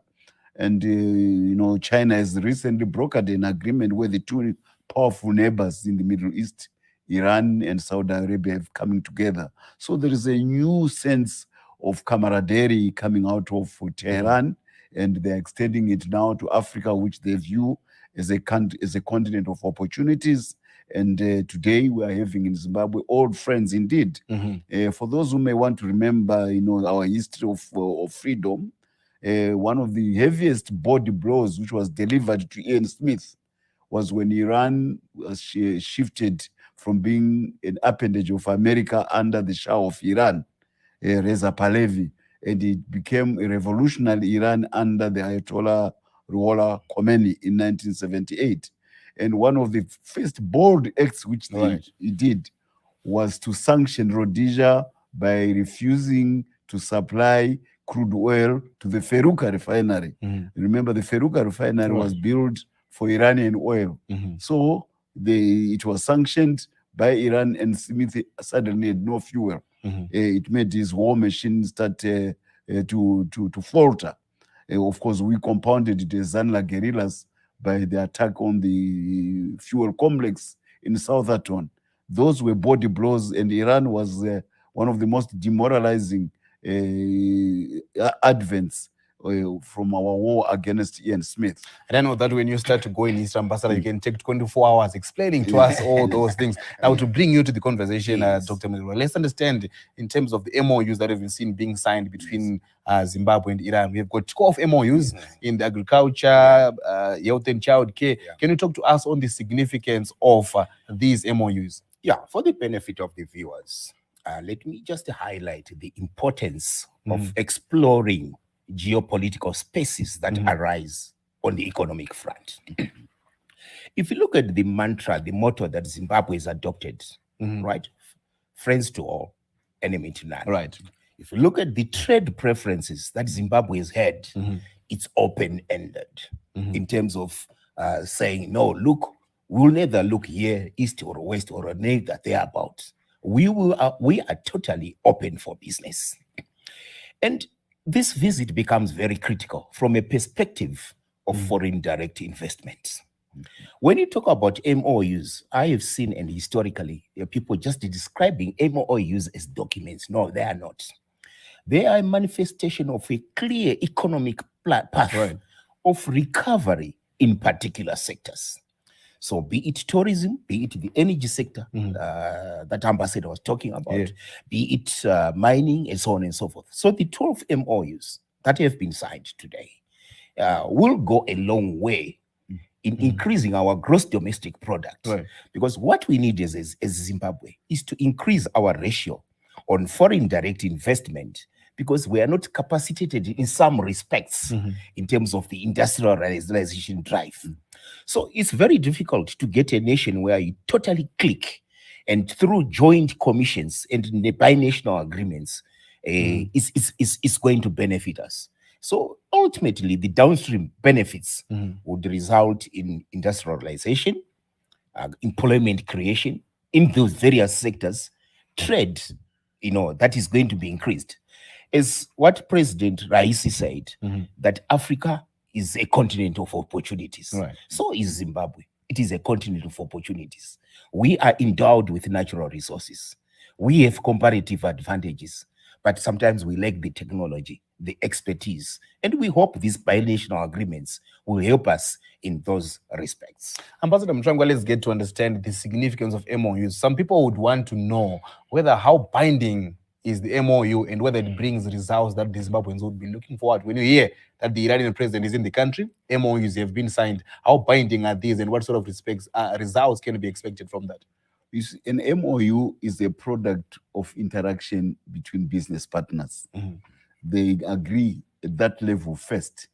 Then they seek the support of the two respective governments to create the environment to make sure that the MOUs are put to work. So we have 12 MOUs with Iran right now. They cover the pharmaceutical sector, one of them. They are going to be building a production line for pharmaceuticals in this country. This is an area where we singularly need, outward investment. And remember, Iran is one of the most advanced countries in the pharmaceutical sector. In terms of that, Yes, they were a rich country for many years because of their oil. They worked with the Western countries when the Shah of Iran was in charge. So they developed advanced technologies in various fields, of which the pharmaceutical sector is one of them. Their medicines are up to scratch, but more important, their production systems are very affordable. And they have a lot of intellectual property in their own right. We don't have to pay through the nose for intellectual property, which we do to the big pharmaceutical companies of the West, which are extortionate and make Africans pay through, they have a difficult time accessing medicine. So this is a good thing for Iran to come and put a production line right here in Zimbabwe. Iran is also good in agriculture equipment. Remember, I told you they used to work with the best of American equipment, and they've remained with that intellectual property. They produce massive Ferguson tractors. These are of course, talk of agriculture, there is an important role when it comes to how agric is key in terms of the country achieving Vision 2030. We are going to take a short break. When you come back, Ambassador and Dr. Murerwa will go on to explain the significance of this visit, especially at the larger scale of the country's economic development. Iran, as you know, that His Excellency President Said Ibrahim Raisi is in Zimbabwe for a state visit, and there, of course, we have talked about it in the first segment. 12 MOUs signed, and in the building we do have Ambassador Mtrangwa and Dr. Murerwa to really help us unpack some of the issues around these. Now, let's talk about technology. I know you touched on agriculture earlier on, but within the area of technology, how does Zimbabwe benefit from relating to Iran in terms of moving forward? Now, if you look at in terms of human capacities, the technological hubs, the technological advancement that Iran has, we can consolidate this. Look at what we've done in terms of our universities through Education 5.1. We have done a lot in terms of innovation hubs, in terms of technology, in terms of that which we need to have. Not that we are totally incapacitated. I think we have got a very good human resource, but we need transfer of technology, transfer of skills in various sectors. And you was talking about the pharmaceutical. And I was looking, for example, following the visit by the vice president, I think it was sometime in February, Yes. right, where I look at how Iran has actually advanced in terms of technology in the pharmaceutical, in the health sector. It's just amazing. So that's what we need to complement the current government efforts, so that when you buy into your 14 national priority areas, you have the necessary backup in terms of the technological hub. You speak of our universities, and I know that we now have University of Zimbabwe in collaboration with other universities are producing the number plates. Yeah. And then among other initiatives that are happening, we know we've got those innovation hubs. Yes. What do you think needs to be done within that line of innovation to really tap into what Iran has to benefit Zimbabwe? Right. So what you need to do, we are saying the innovation is the introductory aspect in terms of apps. So what you want to do now is to blow this to a commercial scale, so that the technologies, the things that you see that our youngsters are doing, look at what it is doing as an example. Yeah. Just amazing, amazing technology. Production of transformers. Yes. So what you need to do is to have foreign direct investments, so that you create economies of scale that are sustainable in terms of our desired infrastructure in what we have at the moment. And we believe an agreement through which would actually ignite foreign direct investment would have that transfer of technology. And I know is well capacitated in that, and that is in the right direction. Yeah. Ambassador, you are a farmer in your own right. Yes. Agricultural.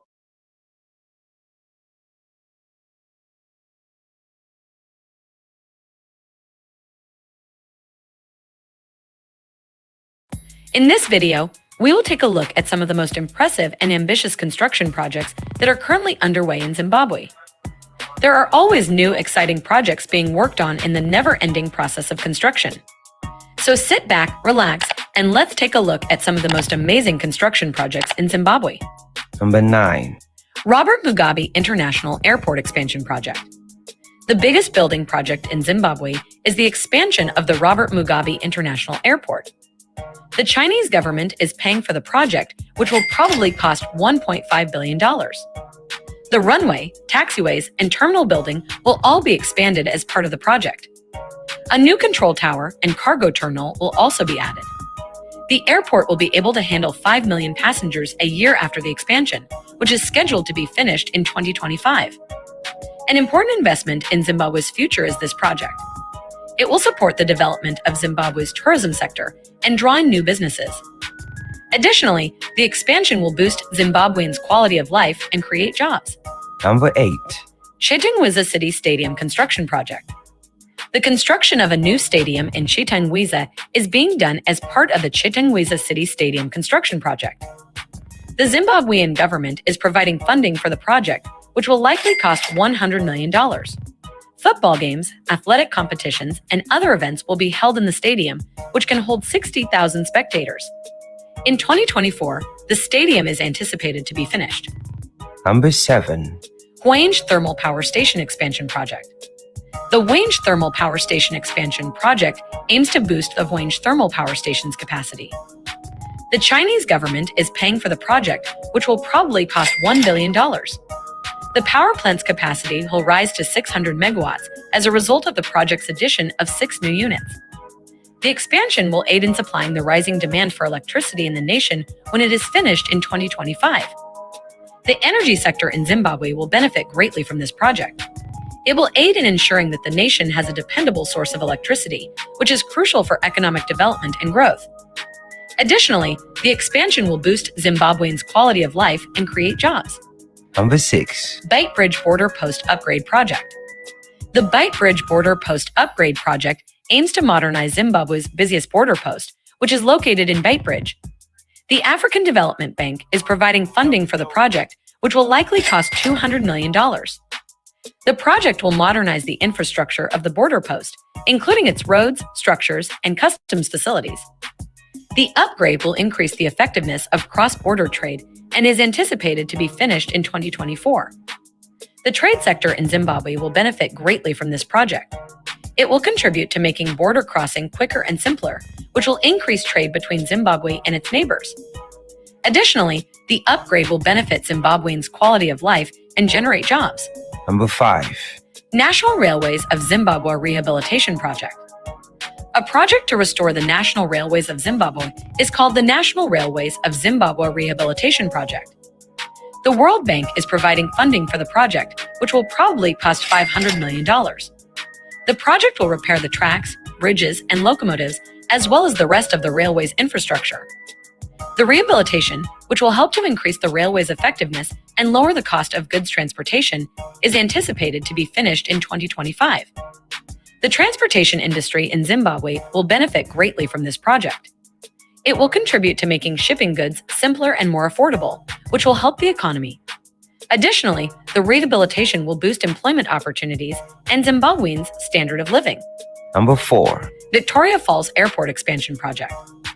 An additional significant building project in Zimbabwe is the expansion of the Victoria Falls Airport. The European Union is paying for the project, which should cost $200 million. The airport's runway and terminal building will both be expanded by the project. A new control tower and cargo terminal will also be added. The airport will be able to handle 1 million passengers annually once the expansion is finished, which is anticipated in 2024. A sizable investment has been made in this project for Zimbabwe's tourism sector. It will contribute to Victoria Falls becoming a more alluring travel destination. Additionally, the expansion will boost Zimbabweans' quality of life and create jobs. Number 3. Norton Dam Construction Project. The construction of a new dam in Norton is being done as part of the Norton Dam Construction Project. The Zimbabwean government is providing funding for the project, which will likely cost $200 million. The dam's 100 million cubic meter storage capacity will be used to store water for drinking and irrigation. In 2025, the dam is anticipated to be finished. Number 2. Mutare City Water Supply Project. The Mutare City Water Supply Project is a project to improve the water supply in Mutare. The project is being funded by the government of Zimbabwe, and it is expected to cost $100 million. The project will upgrade the city's water treatment plant and distribution network. The project is expected to be completed in 2024. Number 1. Bindura City Roads Rehabilitation Project. The project to repair Bindura's roads is called the Bindura City Roads Rehabilitation Project. The Zimbabwean government is providing financial support for the $50 million project. The project will rehabilitate all of the city's roads, including the major thoroughfares, side streets, and pedestrian walkways. In 2024, the project is anticipated to be finished. I hope you enjoyed this video. If you did, please like and subscribe to my channel. I will be uploading new videos about Africa every week, and I would love for you to join me on this journey. In the heart of Southern Africa lies a nation that is embarking on a transformative journey, shaping its destiny through transcendent mega construction projects. Welcome to Zimbabwe, a land where ambition meets innovation and dreams are forged into reality. From bustling urban centers to breathtaking natural landscapes, this diverse country is witnessing an unprecedented surge in ambitious infrastructure endeavors that are set to redefine its future. As the dawn of a new era illuminates the horizon, Zimbabwe stands at the forefront of Africa's construction revolution, captivating the world with its determination to build a brighter tomorrow. If you enjoy videos on this channel, please leave a like and subscribe, as this enables our content to reach a wider audience. With a rich cultural heritage and a history that has witnessed triumphs and challenges, Zimbabwe is now witnessing a profound shift in its development landscape. The nation's leaders have embraced a vision of progress, laying the groundwork for mega construction projects that will revolutionize the country's infrastructure and economy. From state-of-the-art transportation networks to iconic architectural marvels, these ambitious initiatives encompass a wide range of sectors, including transportation, energy, tourism, and urban development. As investors flock to seize the boundless opportunities that lie within Zimbabwe's borders, the nation is poised to take center stage on the global map of mega construction projects, unleashing the potential to transform the lives of its people and shape its future as a beacon of progress in Africa. 7. Zimbabwe's Urban Renewal Project. In Zimbabwe's unwavering pursuit to rejuvenate its urban centers and cultivate sustainable environments, an extraordinary urban renewal project has been set in motion. The nation's resolute focus on fortifying infrastructure, amplifying public services, and propelling economic growth is propelling this ambitious undertaking, poised to utterly reshape the visage of Zimbabwean cities. Weathered edifices are undergoing meticulous refurbishment, thoroughfares and transportation networks are receiving comprehensive upgrades, and communal spaces are undergoing a remarkable revitalization, all with the intention of engendering vivacious, habitable communities. Moreover, this urban renewal initiative endeavors to confront multifaceted societal and environmental predicaments head-on, championing inclusivity, green spaces, and sustainable development practices. It is through this all-encompassing approach that Zimbabwe stands ready to reimagine its urban landscape, nurturing prosperity and augmenting the quality of life for its urban residents. At the core of Zimbabwe's urban renewal project lies an audacious vision, the establishment of modern, intelligent cities that wholeheartedly embrace technology and innovation. Astutely recognizing the potential of digitalization, this endeavor aspires to seamlessly integrate state-of-the-art technological systems into the very fabric of urban life. Such advancements encompass the implementation of ingenious infrastructure, ranging from intelligent transportation systems to astute energy grids and efficient waste management solutions. By harnessing the boundless power of technology, Zimbabwe endeavors to heighten the efficiency of urban services, foster unwavering connectivity, and markedly enhance the holistic urban experience for its denizens. As the momentum behind this urban renewal project intensifies, Zimbabwe finds itself not only reshaping its cities, but also serving as a beacon of inspiration for sustainable urban development across the entire African continent. 6. The Hwange Power Station. It's an awe-inspiring testament to Zimbabwe's unwavering dedication to energy self-sufficiency and sustainable development, proudly stands at the heart of the country. This behemoth of a power generation facility heralds a seismic shift in Zimbabwe's energy landscape, harnessing the bountiful resources of the region, sunlight and wind, to produce clean and renewable energy on an extraordinary scale. Equipped with cutting-edge technology and state-of-the-art infrastructure, this mammoth facility epitomizes optimal efficiency, firmly cementing Zimbabwe's commitment to curbing carbon emissions and combating the effects of climate change. With its towering presence, the Hwange Power Station serves as a shining embodiment of Zimbabwe's resolute embrace of renewable energy sources, ushering in a greener and more sustainable future for the nation. 5. Kariba South Power Station. Perched on the picturesque shores of Lake Kariba, the Kariba South Power Station emerges as an emblematic embodiment of Zimbabwe's unyielding pursuit of energy self-sufficiency and economic progress. Harnessing the awe-inspiring force of the Zambezi River, this colossal power generation facility assumes a pivotal role in satiating Zimbabwe's burgeoning energy demands, illuminating industries, homes, and commercial establishments across the nation.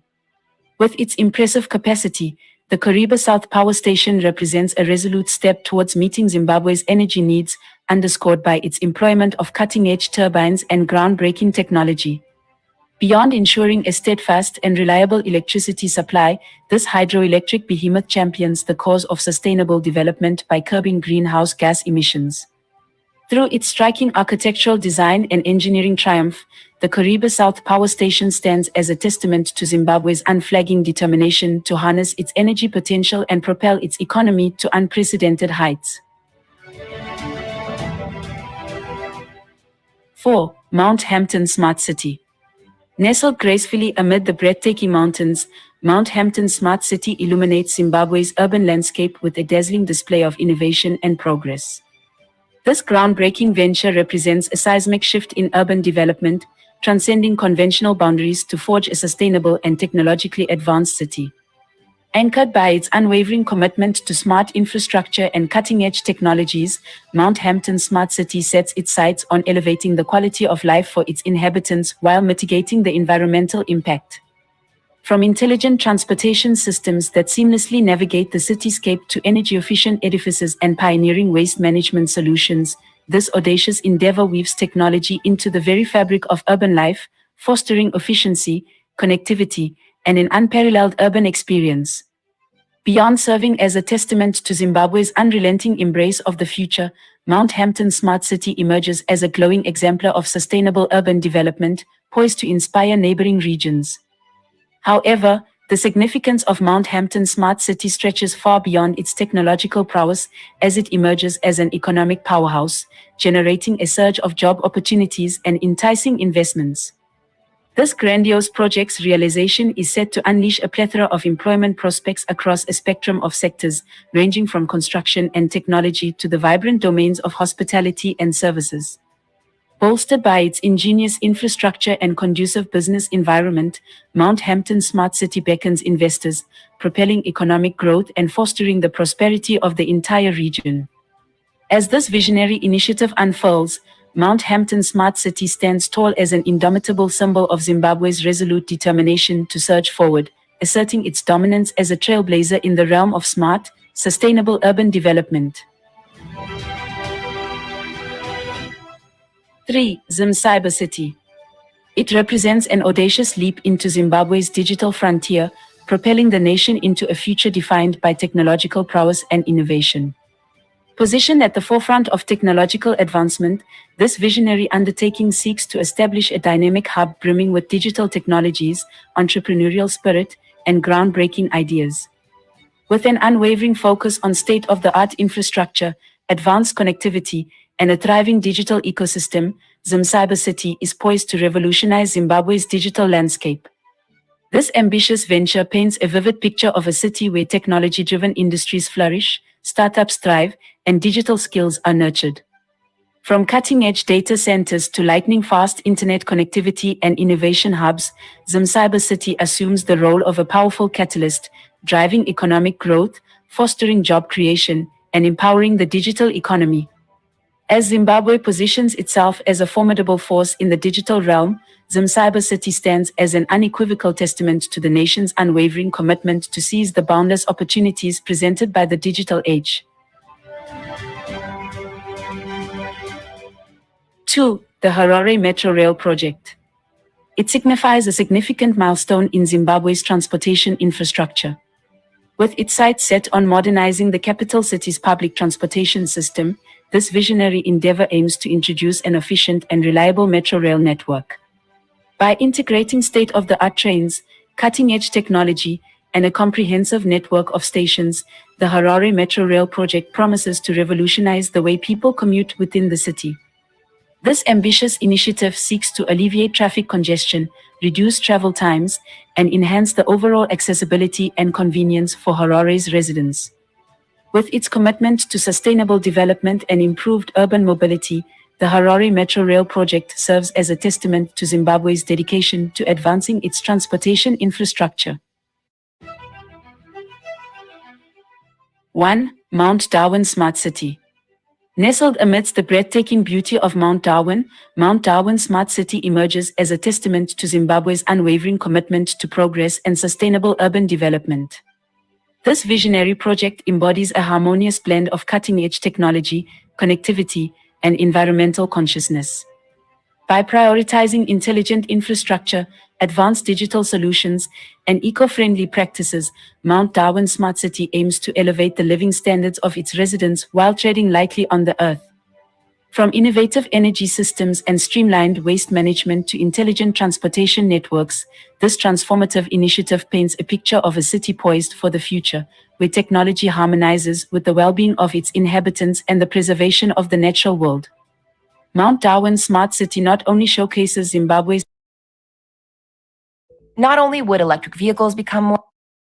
When it comes to natural resource wealth, Africa is an economic powerhouse. 30% of the world's mineral reserves can be found in Africa. It also has 40% of the world's gold, up to 90% of its chromium and platinum, and 65% of the world's arable land. Unfortunately, a history of colonial rule has made it challenging for nations in Africa to effectively leverage their great resource wealth. Colonialism has left African countries with damaged political institutions, haphazardly drawn national borders, and a trade model that depends on exporting their resources to large conglomerates, rather than using the minerals for themselves to develop their economies. This issue is so complex that one of our EE team members has been researching this particular topic and its developments full-time for the past 3 months. So it didn't feel right for me to take the credit for this video, and I wanted to give them a chance to teach you all about it for themselves. Thanks for the introduction, Michael. The problems facing Africa are complex, and we certainly won't try to explain them all in a 15-minute YouTube video. Instead, we can focus on the unique way that some countries are trying to fix the trade model that's a relic of the colonial era. But to understand how, we have to go back. About 2 months back, depending on when this video gets published. In December 2022, Zimbabwe's president, Emmerson Mnangagwa, announced that his government would be banning exports of raw lithium ore without written consent. An export ban might seem like a funny policy. Why would a government intentionally prevent certain sectors from selling their products to the rest of the world? In fact, export restrictions are more common than you might think. From the beginning of 2022 to June of that year, 34 countries imposed export restrictions on food and fertilizers. The restrictions were in response to Russia's invasion of Ukraine, the two countries which accounted for roughly 30% of the world's wheat production. Russia and Ukraine are also significant exporters of different seeds, honey, corn, and fertilizers. Export restrictions were also common during the height of the COVID pandemic. According to a report released from the World Trade Organization, 85 countries placed some form of export restriction on all sorts of medical supplies. 2 countries even placed export restrictions on toilet paper. But export restrictions are not just for hoarding critical supplies. They can also be used to bolster certain sectors at the expense of others. This is partly why Zimbabwe is banning lithium exports. The hope is that a ban on exporting raw lithium ore will attract high-value processing and manufacturing plants to Zimbabwe. The workers of these plants would then reinvest their relatively high wages back into the economy. But a ban on exports isn't without its consequences. Remember the food restrictions I mentioned earlier? The restrictions placed on food and fertilizer exports shrunk the supply of those products trading in the global market. The contraction in the supply of food and fertilizers forced the price that was charged for those goods in global markets to go up. In May, just several months after Russia's invasion of Ukraine, global food prices increased by roughly 40% relative to the previous year, the largest increase in a decade. The situation is so bad that many global organizations, from the International Monetary Fund to the World Bank, are warning of a food crisis. Some analysts worry that Zimbabwe's ban on exporting raw lithium ore may have a similar impact on global lithium prices. For instance, the price for a metric ton of lithium carbonate sold to the United States has increased from roughly $5,000 in 2010 to $17,000 in 2021. And while Zimbabwe is not a significant exporter of lithium, it does have one of the largest lithium reserves in the world, and the largest lithium reserve in Africa. In this video, we'll answer the following questions. First, why is lithium so important? Second, what is the state of Zimbabwe's mining industry?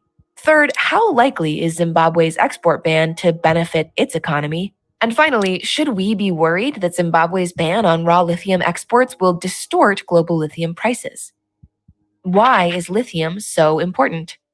From 2011 to 2016, the global production of lithium averaged less than 35,000 metric tons. Then, from 2017 to 2021, lithium production averaged close to 85,000 metric tons. What explains this large increase? In 2015, 196 states from across the globe joined a legally binding treaty to limit global warming to below 2 degrees Celsius, and preferably to below 1.5 degrees Celsius relative to pre-industrial levels by 2050. The Paris Agreement requires countries to submit their plans for reducing greenhouse gas emissions. These plans are called Nationally Determined Contributions, or NDCs. To meet their emissions reduction goals, countries need to lower emissions across all sectors of their economy. According to data collected from the World Resources Institute and Climate Watch, 12% of global greenhouse gas emissions come from road transportation. That's equivalent to roughly 6 billion tons of carbon dioxide being pushed into the atmosphere from cars, motorcycles, buses, and trucks. Any plan to fight global warming that excludes the electrification of the transportation sector is likely to fail. It's unsurprising, then, that 76% of the submitted NDCs propose some form of mitigation measure. Enter electric vehicles. Fully electric vehicles have a lower carbon footprint than traditional gasoline-powered vehicles, even after accounting for battery manufacturing and the electricity used for charging the vehicle. Many countries have crafted policies to incentivize consumers to purchase electric vehicles over the more conventional gas-powered alternatives. For instance, the Ministry of Environment in Romania provides a €10,000 subsidy for fully electric vehicles and a €4,500 subsidy for plug-in hybrids. And these types of incentives are working. Sales of electric vehicles have increased every year since 2010, and the International Energy Agency projects global sales of electric vehicles will surpass 175 million by 2030. With the growing demand for electric vehicles, car manufacturers need a reliable power source. It just so happens that lithium is the lightest metal on the periodic table. It also has a high energy density. These qualities are what make lithium so attractive to car manufacturers.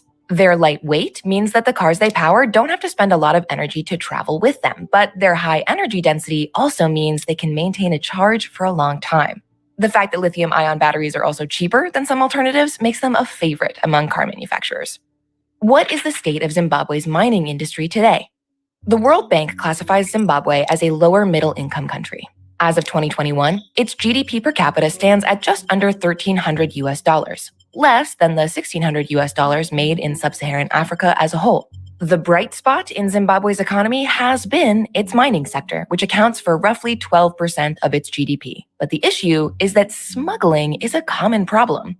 According to the Ministry of Finance, Zimbabwe loses close to $2 billion worth of minerals through illegal channels. While gold is the darling of mineral smugglers, lithium is smuggled as well. Part of the reason why mineral theft is so prevalent in Zimbabwe is because the people who work in those sectors are paid poorly to begin with. Last year, the Associated Mine Workers Union of Zimbabwe and Zimbabwe's Chamber of Mines negotiated 2 salary hikes for miners, one in May and another in August. The first hike was a hike of more than 100%, which would see the salary of the lowest paid miner go from 44.64 Zimbabwean dollars to 93.07 Zimbabwean dollars per month. The second hike saw salaries increase by roughly 78%, which would see the lowest paid miners earn roughly 166 Zimbabwean dollars per month. At first, these salary hikes seem more than generous. If unions in the United States or Australia could negotiate more than 100% salary increases, there would no longer be a need for unions. And yet, just 2 days after the first salary hike, the General Secretary of the Zimbabwe Diamond and Allied Minerals Workers Union blasted the salary hike as double nonsense. After the second salary hike, the General Secretary of the Solidarity Mine Workers Union of Zimbabwe argued that the miners in Zimbabwe were making slave wages. Now, before you think that these unions are just greedy gold diggers, I should note that Zimbabwe has a long history of high inflation. Between 2008 and 2009, inflation in Zimbabwe got so bad that the government stopped providing statistics for it. But researchers estimate that Zimbabwe's month-to-month inflation by November 2008 peaked at almost 80 billion%. This made the local currency effectively worthless. In response, the government replaced the Zimbabwean currency with the US dollar. The safety of the US dollar helped quell inflation in Zimbabwe until 2018, when a new currency was introduced. Unfortunately, the introduction of the new currency restarted the high inflationary events that Zimbabwe had suffered from just a few years earlier. In 2020, annual inflation in Zimbabwe reached almost 600%. And while inflation in 2021 is much lower than it was the previous year, it's still at roughly 100%. It also doesn't help that inflation in Zimbabwe is getting worse, not better.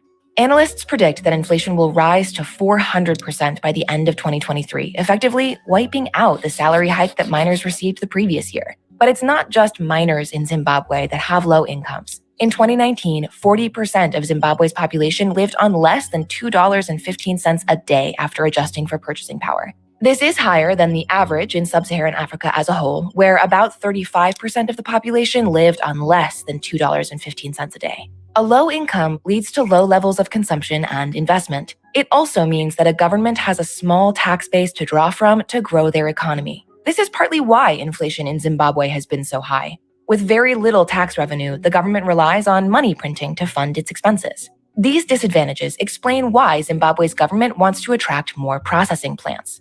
Jobs in mineral processing and battery manufacturing tend to offer better wages than jobs in mining due to a difference in skill requirements.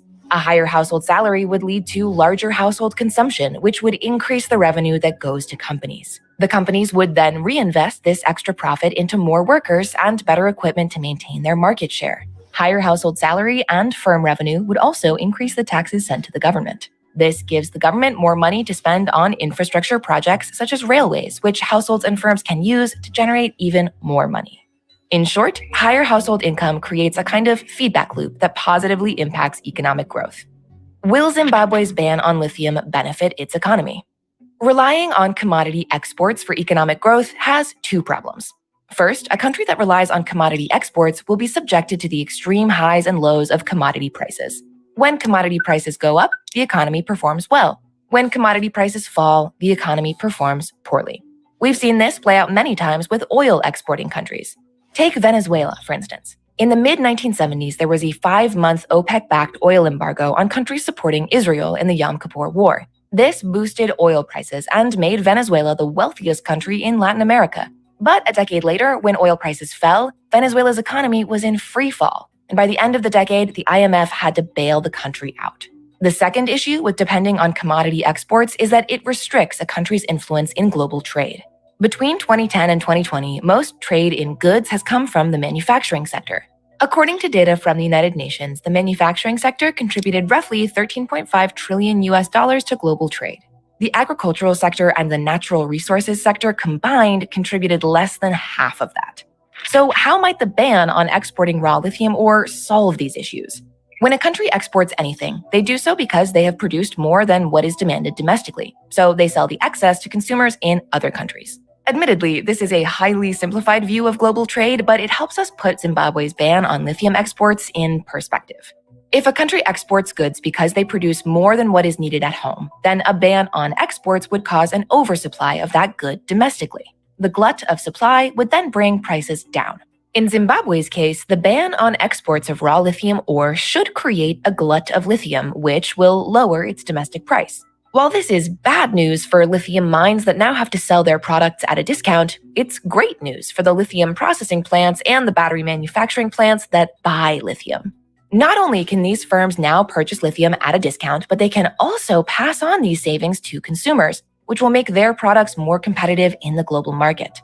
Zimbabwe also benefits because it means that they'll be less reliant on mineral exports, which are only a fraction of global trade. Workers may benefit as well because companies will need to pay a competitive salary to attract the talented labor needed to manufacture batteries or process raw lithium ore. With that said, export restrictions have some major caveats. First, they only work if the country that imposes the restrictions has a large capacity for higher value processes. And Zimbabwe does seem to be positioning itself for just that. Recently, the government signed a contract with 2 Chinese investors, Hong Kong Eagle International Investment Holdings and Pacific Gold Investment, to construct a $3 billion battery metals processing facility. Zimbabwe has also signed an agreement with Tangshan Holdings Group to establish lithium mining and processing operations inside the country. The second caveat with export restrictions is that the companies hardest hit by the restrictions need to still be able and willing to provide the product at a discount to the domestic economy. So when the export-dependent companies are barred from selling their goods to the world, they scale back production in response to diminishing profits. And if profits turn to losses, they may close their doors forever. Under normal circumstances, we would expect the government to step in to support these critically important sectors. But Zimbabwe's history of hyperinflation will make any support challenging.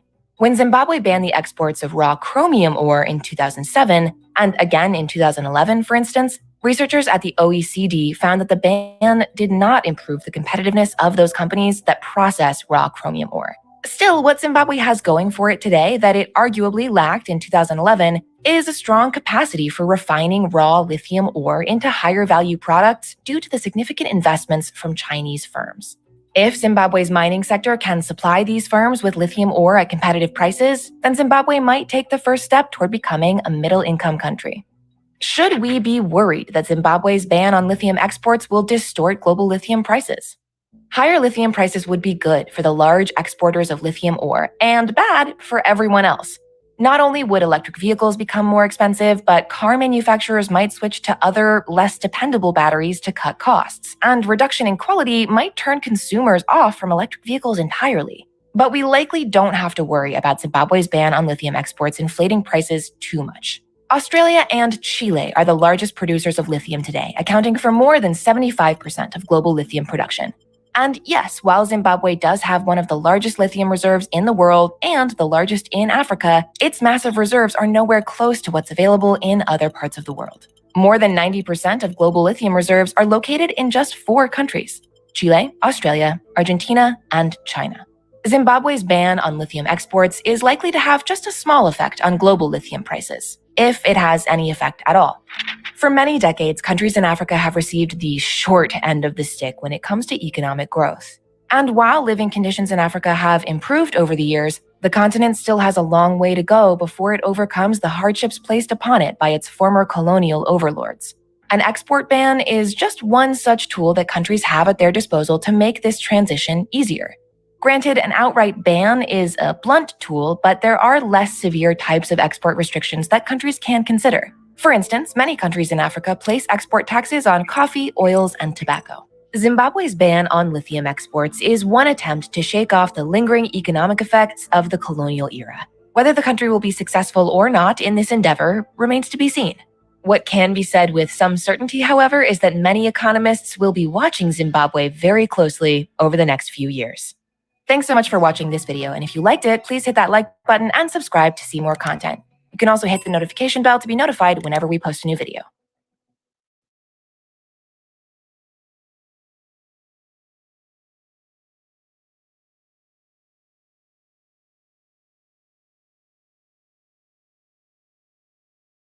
In this video, we will take a look at some of the most impressive Zimbabwe, a landlocked country located in southern Africa, is a nation that is steeped in a complex history that is characterized by both good and bad. On the one hand, Zimbabwe has a rich cultural heritage that spans over 1,000 years. It is home to several ancient ruins and archaeological sites, including the Great Zimbabwe Ruins, which are believed to be the remains of a medieval city. However, Zimbabwe's recent history has been marked by political turmoil and economic hardship. The country gained independence from Britain in 1980, but since then, it has been ruled by a single political party led by Robert Mugabe until 2017. During Mugabe's rule, there were reports of human rights abuses, corruption, and economic mismanagement. The economic situation in Zimbabwe deteriorated significantly during this period, with hyperinflation reaching an all-time high of 79.6 billion% in 2008. The country also faced food and fuel shortages, as well as a brain drain of skilled professionals. However, since Mugabe's ouster in 2017, there have been some positive developments in the country. The new president, Emmerson Mnangagwa, has pledged to address the country's economic challenges and has implemented several reforms, such as opening up the economy to foreign investment and introducing a new currency. One of President Mnangagwa's masterstrokes is the ban on lithium exports, and the country could be on its way to becoming an African giant. The Zimbabwean government has recently implemented measures aimed at increasing the country's revenue from mineral exports by prohibiting the export of raw lithium from its mines. The decision is part of a broader plan to promote value addition and reduce the country's dependence on foreign companies. In a circular published on December 20th, the Ministry of Mines and Mining Development invoked the Base Minerals Export Control Act, stating that the prohibition was intended to ensure that the vision of the president to see the country becoming an upper-middle-income economy has been realized. Zimbabwe has been losing billions of dollars in mineral proceeds to smuggling and externalization, with gold being the most smuggled mineral. The government estimates that it has lost $1.8 billion in mineral revenues to South Africa and the United Arab Emirates. Zimbabwe has one of the largest lithium reserves in the world, and with high international demand, it is projected to become one of the largest lithium exporters. The government aims to meet 20% of the world's total demand for lithium when it fully exploits its known lithium resources. Mineral exports contribute to approximately 60% of Zimbabwe's export earnings, while the mining sector accounts for 16% of its GDP, according to a mining report by the London School of Economics. The circular prohibits the export of lithium-bearing ores or unbeneficiated lithium whatsoever, without written permission from the Minister of Mines and Mining Development, Winston Chitando. The directive, however, excludes mining companies that have invested in processing plants, as they are expected to contribute to the government's value addition strategy. Deputy Mining Minister Polite Kambamura has reiterated the government's stance on the prohibition, noting that it is aimed at promoting the growth of industry in the country. If we continue exporting raw lithium, we will go nowhere. We want to see lithium batteries being developed in the country, he said. The Zimbabwean government's decision to prohibit the export of raw lithium is a bold move towards value addition and the promotion of industrial growth. The move will enable the country to retain the economic benefits of its abundant mineral resources, creating employment and boosting the economy. What pushed the Zimbabwean government into making this decision? Zimbabwe is a nation blessed with vast mineral resources, including one of the largest lithium deposits in Africa. The Bikita mine, located about 308 kilometers south of the capital city of Harare, is the country's largest lithium mine, with reserves of up to 10.8 million tons of lithium ore. This resource has the potential to bring in significant revenue for the country's economy, with the Arcadia lithium mine expected to produce up to 2.5 million tons of lithium ore annually, which could generate up to $3 billion in export earnings. However, despite the potential wealth that Zimbabwe's mining industry could bring to the country, there have been allegations of illegal trade and exploitation of the country's resources by multinational corporations from wealthy nations. It is estimated that in 2015 alone, Zimbabwe lost around $12 billion through illegal trade involving mining companies from developed nations. This staggering figure is enough to clear the country's foreign debt, which stood at $13.7 billion at the time. These companies have been accused of exploiting Africa's natural resources and leaving the countries poorer by taking away the raw materials, only to return and sell the finished products back to the continent in the form of smartphones, car batteries, and other rechargeable electronics. This situation has perpetuated a cycle of poverty in many African nations, including Zimbabwe, where natural resources have been plundered without adequate compensation or investment in the local economy. In recent years, there have been calls for greater transparency and accountability in the mining industry, particularly in Africa, to ensure that countries with valuable mineral resources receive their fair share of the profits. This would involve enacting policies and regulations that promote sustainable and responsible mining practices, as well as ensuring that companies pay their fair share of taxes and royalties to the host countries. If Zimbabwe and other African nations can successfully address these challenges and harness the potential of their mineral resources, they could unlock significant economic growth and development, lifting millions of people out of poverty and setting the stage for a brighter future. However, this will require a concerted effort from both governments and multinational corporations to work together towards a common goal of sustainable and responsible development that benefits all stakeholders. But why is lithium so important? And how is the ban going to be beneficial to Zimbabwe? As the world becomes more focused on the need for clean energy and sustainable mobility, the role of lithium as a critical component in rechargeable batteries has become more important than ever. The high electrochemical potential of lithium makes it an ideal material for creating batteries with high energy density, which is essential for powering electric vehicles and other electronic devices. Battery manufacturers are increasingly turning to lithium-ion batteries as the dominant technology in the industry. This is because, over time, the cost of producing lithium-ion batteries has decreased significantly. In fact, they are now 30 times cheaper than when they first entered the market in the early 1990s. However, the growing demand for lithium has led to a significant increase in its price in recent times. The benchmark minerals lithium price index has reported that the price of lithium has surged by more than 180% in the past year alone. This sudden spike in demand has been attributed to the growing adoption of electric vehicles worldwide, especially in China, the world's largest market for electric vehicles.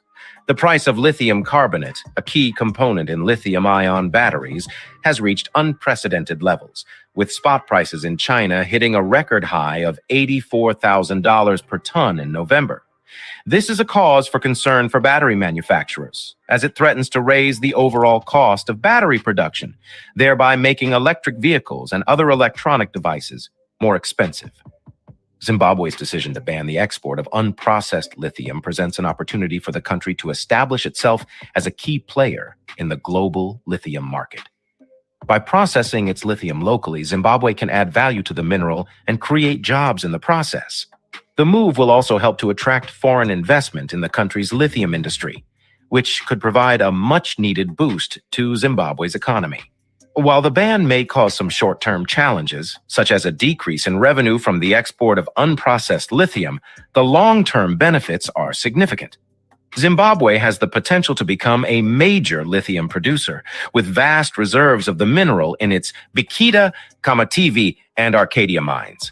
The country has the opportunity to establish itself as a key supplier of lithium to the global market, which could generate significant revenue and create jobs for its citizens. Furthermore, Zimbabwe's decision to process its lithium locally could also have positive environmental impacts. Processing lithium locally would reduce the carbon footprint associated with the transportation of unprocessed lithium, as well as reduce the environmental impact of unregulated mining practices. Zimbabwe's ban on the export of unprocessed lithium is a bold move aimed at boosting the country's economy and establishing itself as a key player in the global lithium market. By processing lithium locally, Zimbabwe can add value to the mineral and create jobs in the process. While there may be some short-term challenges, the long-term benefits are significant and could help to drive sustainable economic growth in the country. As the second largest continent, Africa is home to 30% of the world's mineral reserves. It holds 40% of the world's gold and at least 90% of its chromium and platinum. It also has the largest reserves of cobalt, platinum, uranium, and diamonds. With the global demand for batteries rising and the search for new sources of energy, the world is reliant on minerals from African countries. But many African leaders are looking to reclaim control of the continent's resources. We need to process our lithium and get value. Lithium is a critical component found in electric vehicle batteries, and reserves have been discovered throughout the continent, with Zimbabwe, Namibia, Ghana, Democratic Republic of the Congo, and Mali all having notable supplies. Most automakers have announced a transition to electric, meaning the demand for batteries and the minerals in them is going to skyrocket. In 2021, the world mined 540,000 metric tons of lithium. By 2025, the demand is expected to triple to 1.5 million metric tons, and by 2030, 3 million metric tons. Zimbabwe has been mining lithium for 60 years, and the government estimates that its Chinese-owned Bikita mine, located 300 kilometers south of the capital, Harare, has about 11 million metric tons of lithium resources alone. Mining in Zimbabwe is very politicized, it's very securitized, and sometimes it's militarized. In Zimbabwe, there are more than 80 state-owned Chinese enterprises, which have amassed a total of $10.4 billion in investments and contracts in the country from 2005 to 2020. Meanwhile, the U.S. has fallen behind, and relations with the nation have been shaky. I think they already taken Africa for granted for so long. And I think now is the time to say, maybe it's time to wake up. In the future, African countries like Zimbabwe will play an important role in the mining of battery mineral resources. In 2020, Zimbabwe was the sixth largest producer of lithium, and the country is expected to become one of the world's largest lithium exporters. CNBC explores Zimbabwe's mining sector to find out why China has a stronghold on the country and why it matters to the U.S. Whoever comes to invest in the country must be told that, number one, you've come to Zimbabwe, respect the Zimbabwean people. The world is changing and we need to get there. With or without us, Africa will move forward. Africa has other options. Zimbabwe is rising step by step, brick by brick, and stone upon stone. No one can stop that movement. Zimbabwe is home to over 60 different minerals, including all 5 of the critical minerals needed to build electric vehicle batteries: lithium, cobalt, manganese, nickel, and graphite. Minerals play an important role in the economic growth of Zimbabwe, accounting for 60% of the country's total exports, with the mining sector contributing to 11% of the national GDP. In 2023, it's expected to grow by 6% and is valued at $12 billion US. Mining has played a critical role in terms of sustaining growth in the economy, and we've seen a lot of investments within the mining sector over the past few years. For us to realize the full potential from the mining sector, it means we have to move up the value chain. Zimbabwe primarily mines gold, platinum, and diamonds, but lithium prices have skyrocketed. The price in May of 2022 was 7 times higher than the price at the start of 2021. Zimbabwe is looking to capitalize off this increase, and the country could potentially meet 20% of the world's demand for lithium once it fully exploits its known resources. Lithium has been discovered in many parts of the country close to the surface. The villagers have been mining that lithium and selling to merchants, and that helps in alleviating rural poverty. Chinese companies Huayu Cobalt and Sinomine Resource Group own both the country's most important and resource-rich lithium mines. When we invest in the Chinese and allow them to come and do what Zimbabweans are capable of doing, we are building China, not Zimbabwe. Zimbabweans are saying, leave room for the Zimbabwean people where the Zimbabweans are able to mine and invest in the local economy. CNBC reached out to the Chinese embassy in Zimbabwe, which declined to comment on this statement. The strategy of most of the new investors in the lithium mining industry is to go towards mining battery-grade lithium. I don't think the Chinese compete with artisanal and small-scale miners. The Chinese serve as a middleman. Artisanal miners were doing the mining, and then they would sell to the Chinese mining companies. So there was some kind of a relationship, a working relationship. Artisanal mining, or small-scale mining, plays a critical role in the livelihood of over 1 million Zimbabweans. It's a largely informal method of mining where individuals use basic tools to extract minerals. It's estimated that the government has lost nearly $2 billion in minerals smuggled across the border through artisanal mining leakages. We cannot, as a country, continue to be exporting primary products, including concentrates and ores. In December 2022, the country passed the Base Mineral Export Control Act, which banned the export of raw lithium. However, companies that are developing mines and processing plants in Zimbabwe are exempt from this ban. This includes Chinese firms Huayu Cobalt, Sinomine Resource Groups, and Changxing Lithium Group, which have invested $678 million into lithium projects. Any government in the world was bound to react when your resources are just flying in all directions. However, the lithium concentrate is still being exported lawfully out of the country. So I think government simply wanted to control the lithium that was being extracted by artisanal miners, which was not being accounted for, and it was being smuggled out of the country. Artisanal miners were the worst affected by the ban because they had already accumulated loads of raw lithium that they were preparing to sell, and they couldn't sell their lithium. They suffered more than any other person. With the new act passed, Zimbabwe is looking to capitalize off this price surge, signaling to the world that it's open for business, but only if it benefits the country. There are two narratives. The political narrative that mining is the savior of the economy, and then the grassroots narrative, which says mining is undermining our livelihoods. And we sit in between. We want to see mining contribute to the economy, but not at the expense of the Zimbabwean people. And we say we are friend to all and enemy to none. In 2009, China overtook the U.S. as Africa's largest trading partner, growing from $121 million of traded goods in 1950 to $10.5 billion in 2000, and now $254 billion in 2021, compared to the U.S., which sat at $64 billion in 2021. China now accounts for over 70% of global EV battery production capacity, and with over 20 years of consistent commitment to African nations, it has placed itself in the right position to access the resources needed to continue this trend, leaving the U.S. to play catch-up. In December of 2022, U.S. President Joe Biden welcomed 49 African leaders to Washington, D.C. for the country's second U.S. African Leaders Summit and its first since the Obama administration. The United States is all in on Africa's future. This summit was a critical step needed to reestablish U.S.-African relations, which were rocky in the previous administration. It took 8 years to hold this summit. This came as a reset in relationship between the United States and African countries. It also was an important moment for the US to signal to Africans that they take Africa seriously. Zimbabwe will use the meeting to re-engage the United States of America.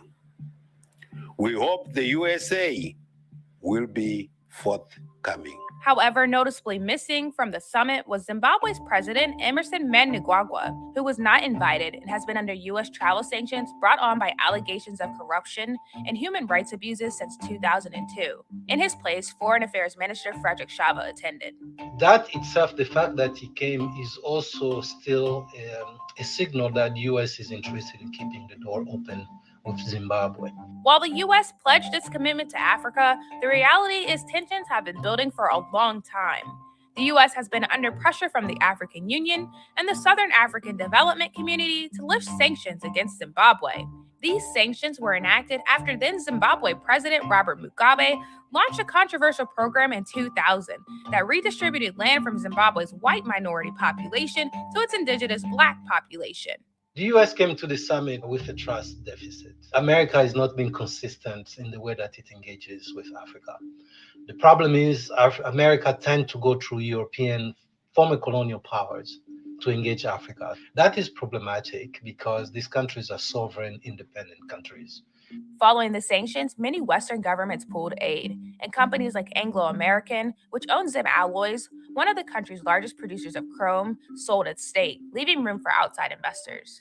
Plus, the country still faces hurdles when it comes to doing business. Zimbabwe currently has the world's highest inflation rate, peaking at 283% in 2022, and lending rates can be as high as 45%. Western investors have been a bit more skeptical when it comes to investing in an environment like Zimbabwe, where there are a lot of risks. But of course, the Chinese have decided to take the risks and put in resources. The dominant players in the mining industry prior to the 2000s have been the Western companies. When sanctions were imposed on Zimbabwe by the US and EU, Zimbabwe decided to change its foreign policy and came up with what it called the Look East policy. Western companies were pulling out. Russian and Chinese companies found a way to get in, especially in the extraction of strategic minerals. The Chinese have a long-standing history with Zimbabwe and were one of the first countries to recognize Zimbabwe diplomatically when it gained independence in 1980. The Chinese have played for keeps. They showed up in Africa in the 50s during the independence movement and stuck with those countries regardless of where the country stands on the political spectrum. The United States, our relationship is not always permanent, and the Chinese are just consistent in that way. If you leave and you try to come back 10 years later, where that void that you left will be filled by somebody else. So it's important that we be consistent. And many of Zimbabwe's mines are Chinese-owned, including the Bikita mine, which is the largest lithium mine in the country, and the Arcadia mine, which is considered to be one of the world's biggest hard rock lithium resources. Zimbabweans are capable of mining lithium that is close to the surface. They can do that. But the Chinese have been competing with the Zimbabweans, even in areas where Zimbabweans can do it. The same happened with diamond mining. Zimbabweans discovered the diamonds. They started mining, the government sent the military, and they brought in the Chinese. So there is this feeling among Zimbabweans that the government is preferring the Chinese over its own citizens. Chinese investments are pouring into Zimbabwe. In 2022, Chinese mining companies Tsingshan, China Non-Ferrous, and Yu Cobalt invested nearly $1.5 billion into Zimbabwe. In the same year, Sinomine Resource Group announced its plan to expand its current production at the Bikita mineral mine by investing $200 million into building a new lithium plant. Some of the Chinese companies that are mining in Zimbabwe, they're buying companies that already exist, that were owned by, say, Australian companies or American companies.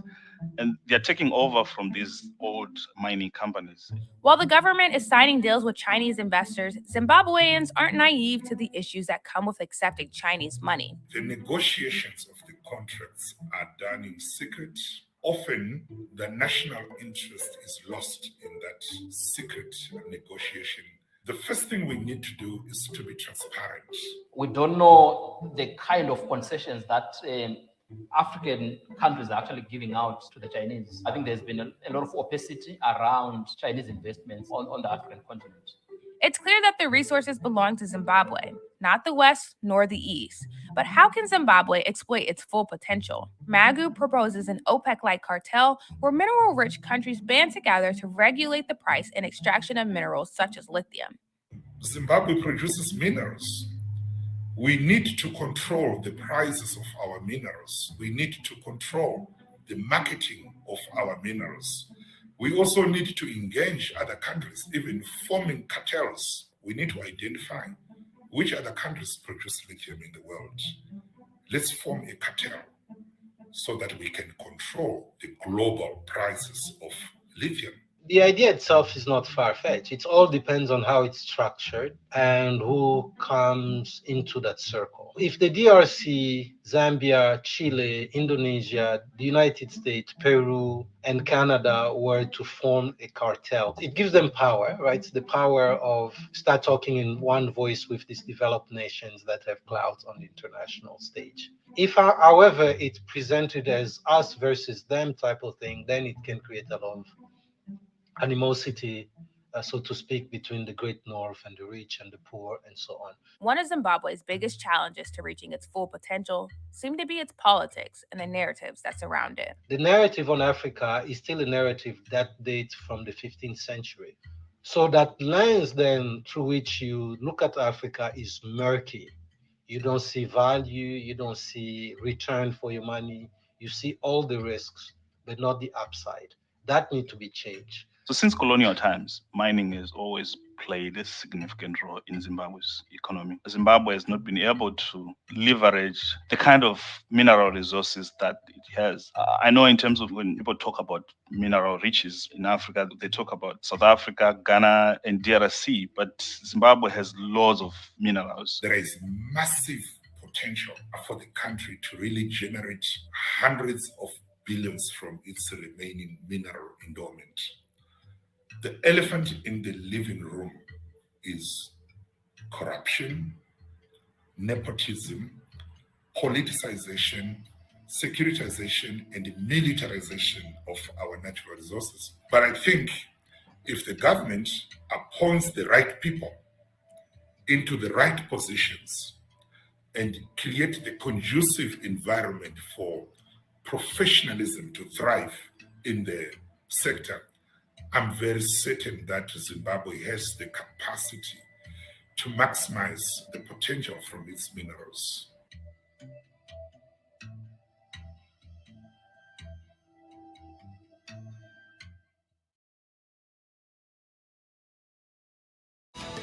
Zimbabweans will have their say in a general election in August. Their economy is in bad shape.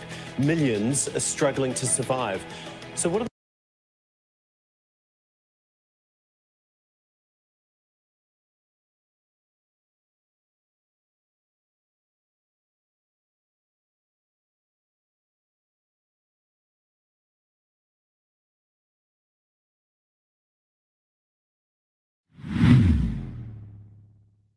Ten mega projects reshaping Zimbabwe's economy. Zimbabwe is working to build new infrastructure and renovate existing infrastructure as part of national and provincial flagship projects to support commercial activity and the national economy. The economy of Zimbabwe is diverse, providing many potential for backward and forward links between many industries, including tourism, mining, agriculture, education, transportation, and infrastructure development, as well as manufacturing, information, communication, and technology. We will examine the top 10 massive projects in Zimbabwe in this video. Please share your thoughts about these projects in the comment section below. Please like this video and subscribe to our channel as we begin. 10. Zim Cyber City. In July 2022, Emmerson Mnangagwa, the president of Zimbabwe, officially began building of a new metropolis. A high-tech mixed-use development called Zim Cyber City can be found in Zimbabwe's Mount Hampden. Zim Cyber City, which occupies 2.5 million square meters of land, features one of Africa's tallest structures, state-of-the-art office space, upscale housing, and shopping malls. Emmerson Mnangagwa, president of Zimbabwe, referred to the construction as a milestone project that will help bolster ties between the United Arab Emirates and Zimbabwe during the groundbreaking event. Mork International, an industrial company located in the United Arab Emirates, is developing the project and investing about $500 million. 9. Kariba South Power Station Expansion Project. The largest source of residential electricity supply in Zimbabwe is the Kariba South Power Station, which is owned and run by the government-owned Zimbabwe Power Company, ZPC. The power station started running in 1959 and used 6 generator units to produce around megawatts. ZPC started a $533 million project in 2014 to add 2 more units with a generation capacity of 150 megawatts each to the current facility. The power plant's capacity was increased from 750 megawatts to 1050 megawatts as a result of the project, which was built in 3 years from 2014 to 2017 by China's Sinhydro Corporation and co-financed by the Zimbabwean government and China Export and Import Bank. This helps the nation's supply of electricity. 8. Zimbabwe Roads Development Projects. In an effort to update its road infrastructure, the Zimbabwean government is working on a number of significant road projects. Additional northern toll gates along the Herrera-Bulawayo Highway, as well as the dualization of the Herrera-Matari and Plumtree-Matari highways, are also under construction. A total of 16,284 kilometers of roads will be re-graveled, 556 kilometers of drainage structures will be repaired or built, 22 bridges and other supporting infrastructure will be upgraded by the government.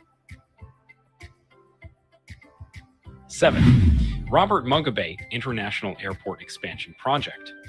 The development of Robert Mugabe International Airport is anticipated to greatly contribute to an increase in visitor numbers to Zimbabwe. The development of a new airport terminal, aprons for new bridges, a secondary radar system, an airstrip, ground illumination, and a communication system are all part of a $153 million project being carried out in Zimbabwe. China Export-Import Bank is providing funding for the project, which is being built by China Jiangsu International. The capacity of the airport to carry passengers is anticipated to expand from 2.5 million to 6 million annually, more than doubling. 6. Herrera Metro Rail. Urban commuters in Herrera are compelled to utilize old, crammed cars because there are no other options, which causes traffic congestion, carbon emissions, and traffic accidents. The Zimbabwean government intends to implement a new transportation system that will offer a dependable, safe, and inexpensive public transportation option in order to address these issues. The Herrera Metro was built in 3 phases. Phase 1 includes a 31 kilometers railway line connecting the main southern high-density residential areas. Phase 2 includes building the line to Chichumakita and Mavuhu, and Phase 3 includes extending the line to the Robert Mugabe International Airport and the new Parliament in Mount Hampden. Along with 19 contemporary railway stops, the Herrera Metro will also have an elevated line that would assist it avoid obstructing city traffic. 5. Mount Hampden Smart City. Zimbabwe wants the newly constructed metropolis to open as soon as possible because it has been luring numerous investors. The newly constructed city places a strong emphasis on information and communications technology in order to increase operational efficiency and raise the standard of public welfare and government services. The master plan for the city was created by professionals from Herrera University, and some of the important buildings included in the design of the new city include office parks, commercial entities, a high-tech park, information communication technology center park, institutional facilities, agro-processing buildings, resort, hotels, conference center, golf course, apartments, cluster houses, and garden flats, as well as low-density residential areas, civic center, and game sanctuaries. The new Parliament building, which is central to the city, was built and totally funded by China as a present to the country of Zimbabwe. 4. Maybell Land Zambezi Water Project. In order to address the recent water problem that the nation has experienced owing to drought, the Zimbabwean government is investing $600 million in the Maybell Land and Zambezi Water Project. The initiative entails a sizable water project in Zimbabwe's Maybell region that intends to alleviate the ongoing water shortage plaguing Bulawayo, the country's second-largest city, by supplying water from the magnificent Zambezi River. The dam is a 634 million cubic meter roller compacted concrete gravity structure that is 70 meters high and 305 meters wide. 3. Bait Bridge Border Post. The 930-kilometer upgrading project for the Bait Bridge Border Post includes a border post at Bait Bridge. The quality of the road, which has passed its prime, is anticipated to improve with the completion of the highway. There are 2 phases to the project. In Phase 1, the roadway will be widened from its current width of 7 meters to 12.5 meters in accordance with Southern African transport and communications requirements. Phase 2 of the project will see the construction of a fire station, residential buildings, a sewage, dam, and a new water reservoir, in addition to the dualization of the entire road, renovation of the entire border post ICT infrastructure, and construction of a number of social projects. The construction is being done by a collaboration that includes a number of South Africans, Zimbabweans, and business people from other countries, professionals, and financial organizations. With the highway, Zimbabwe will be able to make use of its strategic location to serve as a regional logistics hub and reduce the number of accidents on the present, overcrowded, and thin route. 2. Zimbabwe Urban Renewal Projects. The Zimbabwean government is working to modernize the city's housing supply by putting in place new infrastructure and implementing sustainable services. The project entails the creation of a new city in Mount Hampden and a satellite town on the outskirts of Victoria Falls, as well as the development of housing infrastructure in the provinces of Bulawayo, Harare, Masvingo, and Matari. By 2030, the ambitious $30 billion project will transform some of Zimbabwe's oldest residential districts into world-class communities. 1. Hwange Power Station. A 600-megawatt installed capacity addition is being made to Zimbabwe's largest coal-fired power plant. A power plant in Zimbabwe called Hwange is situated near the border with Zambia.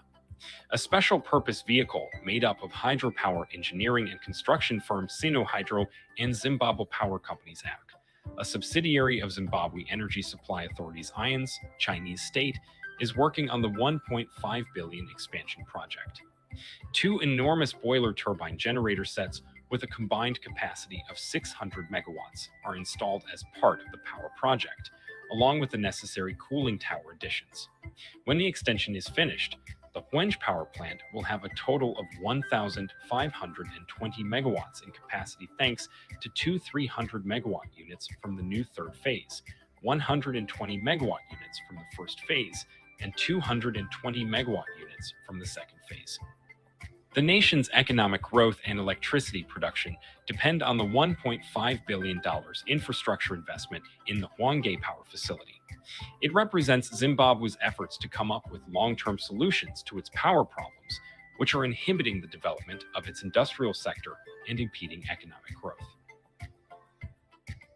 These are just a few of the projects that are changing the face of this nation and advancing it economically.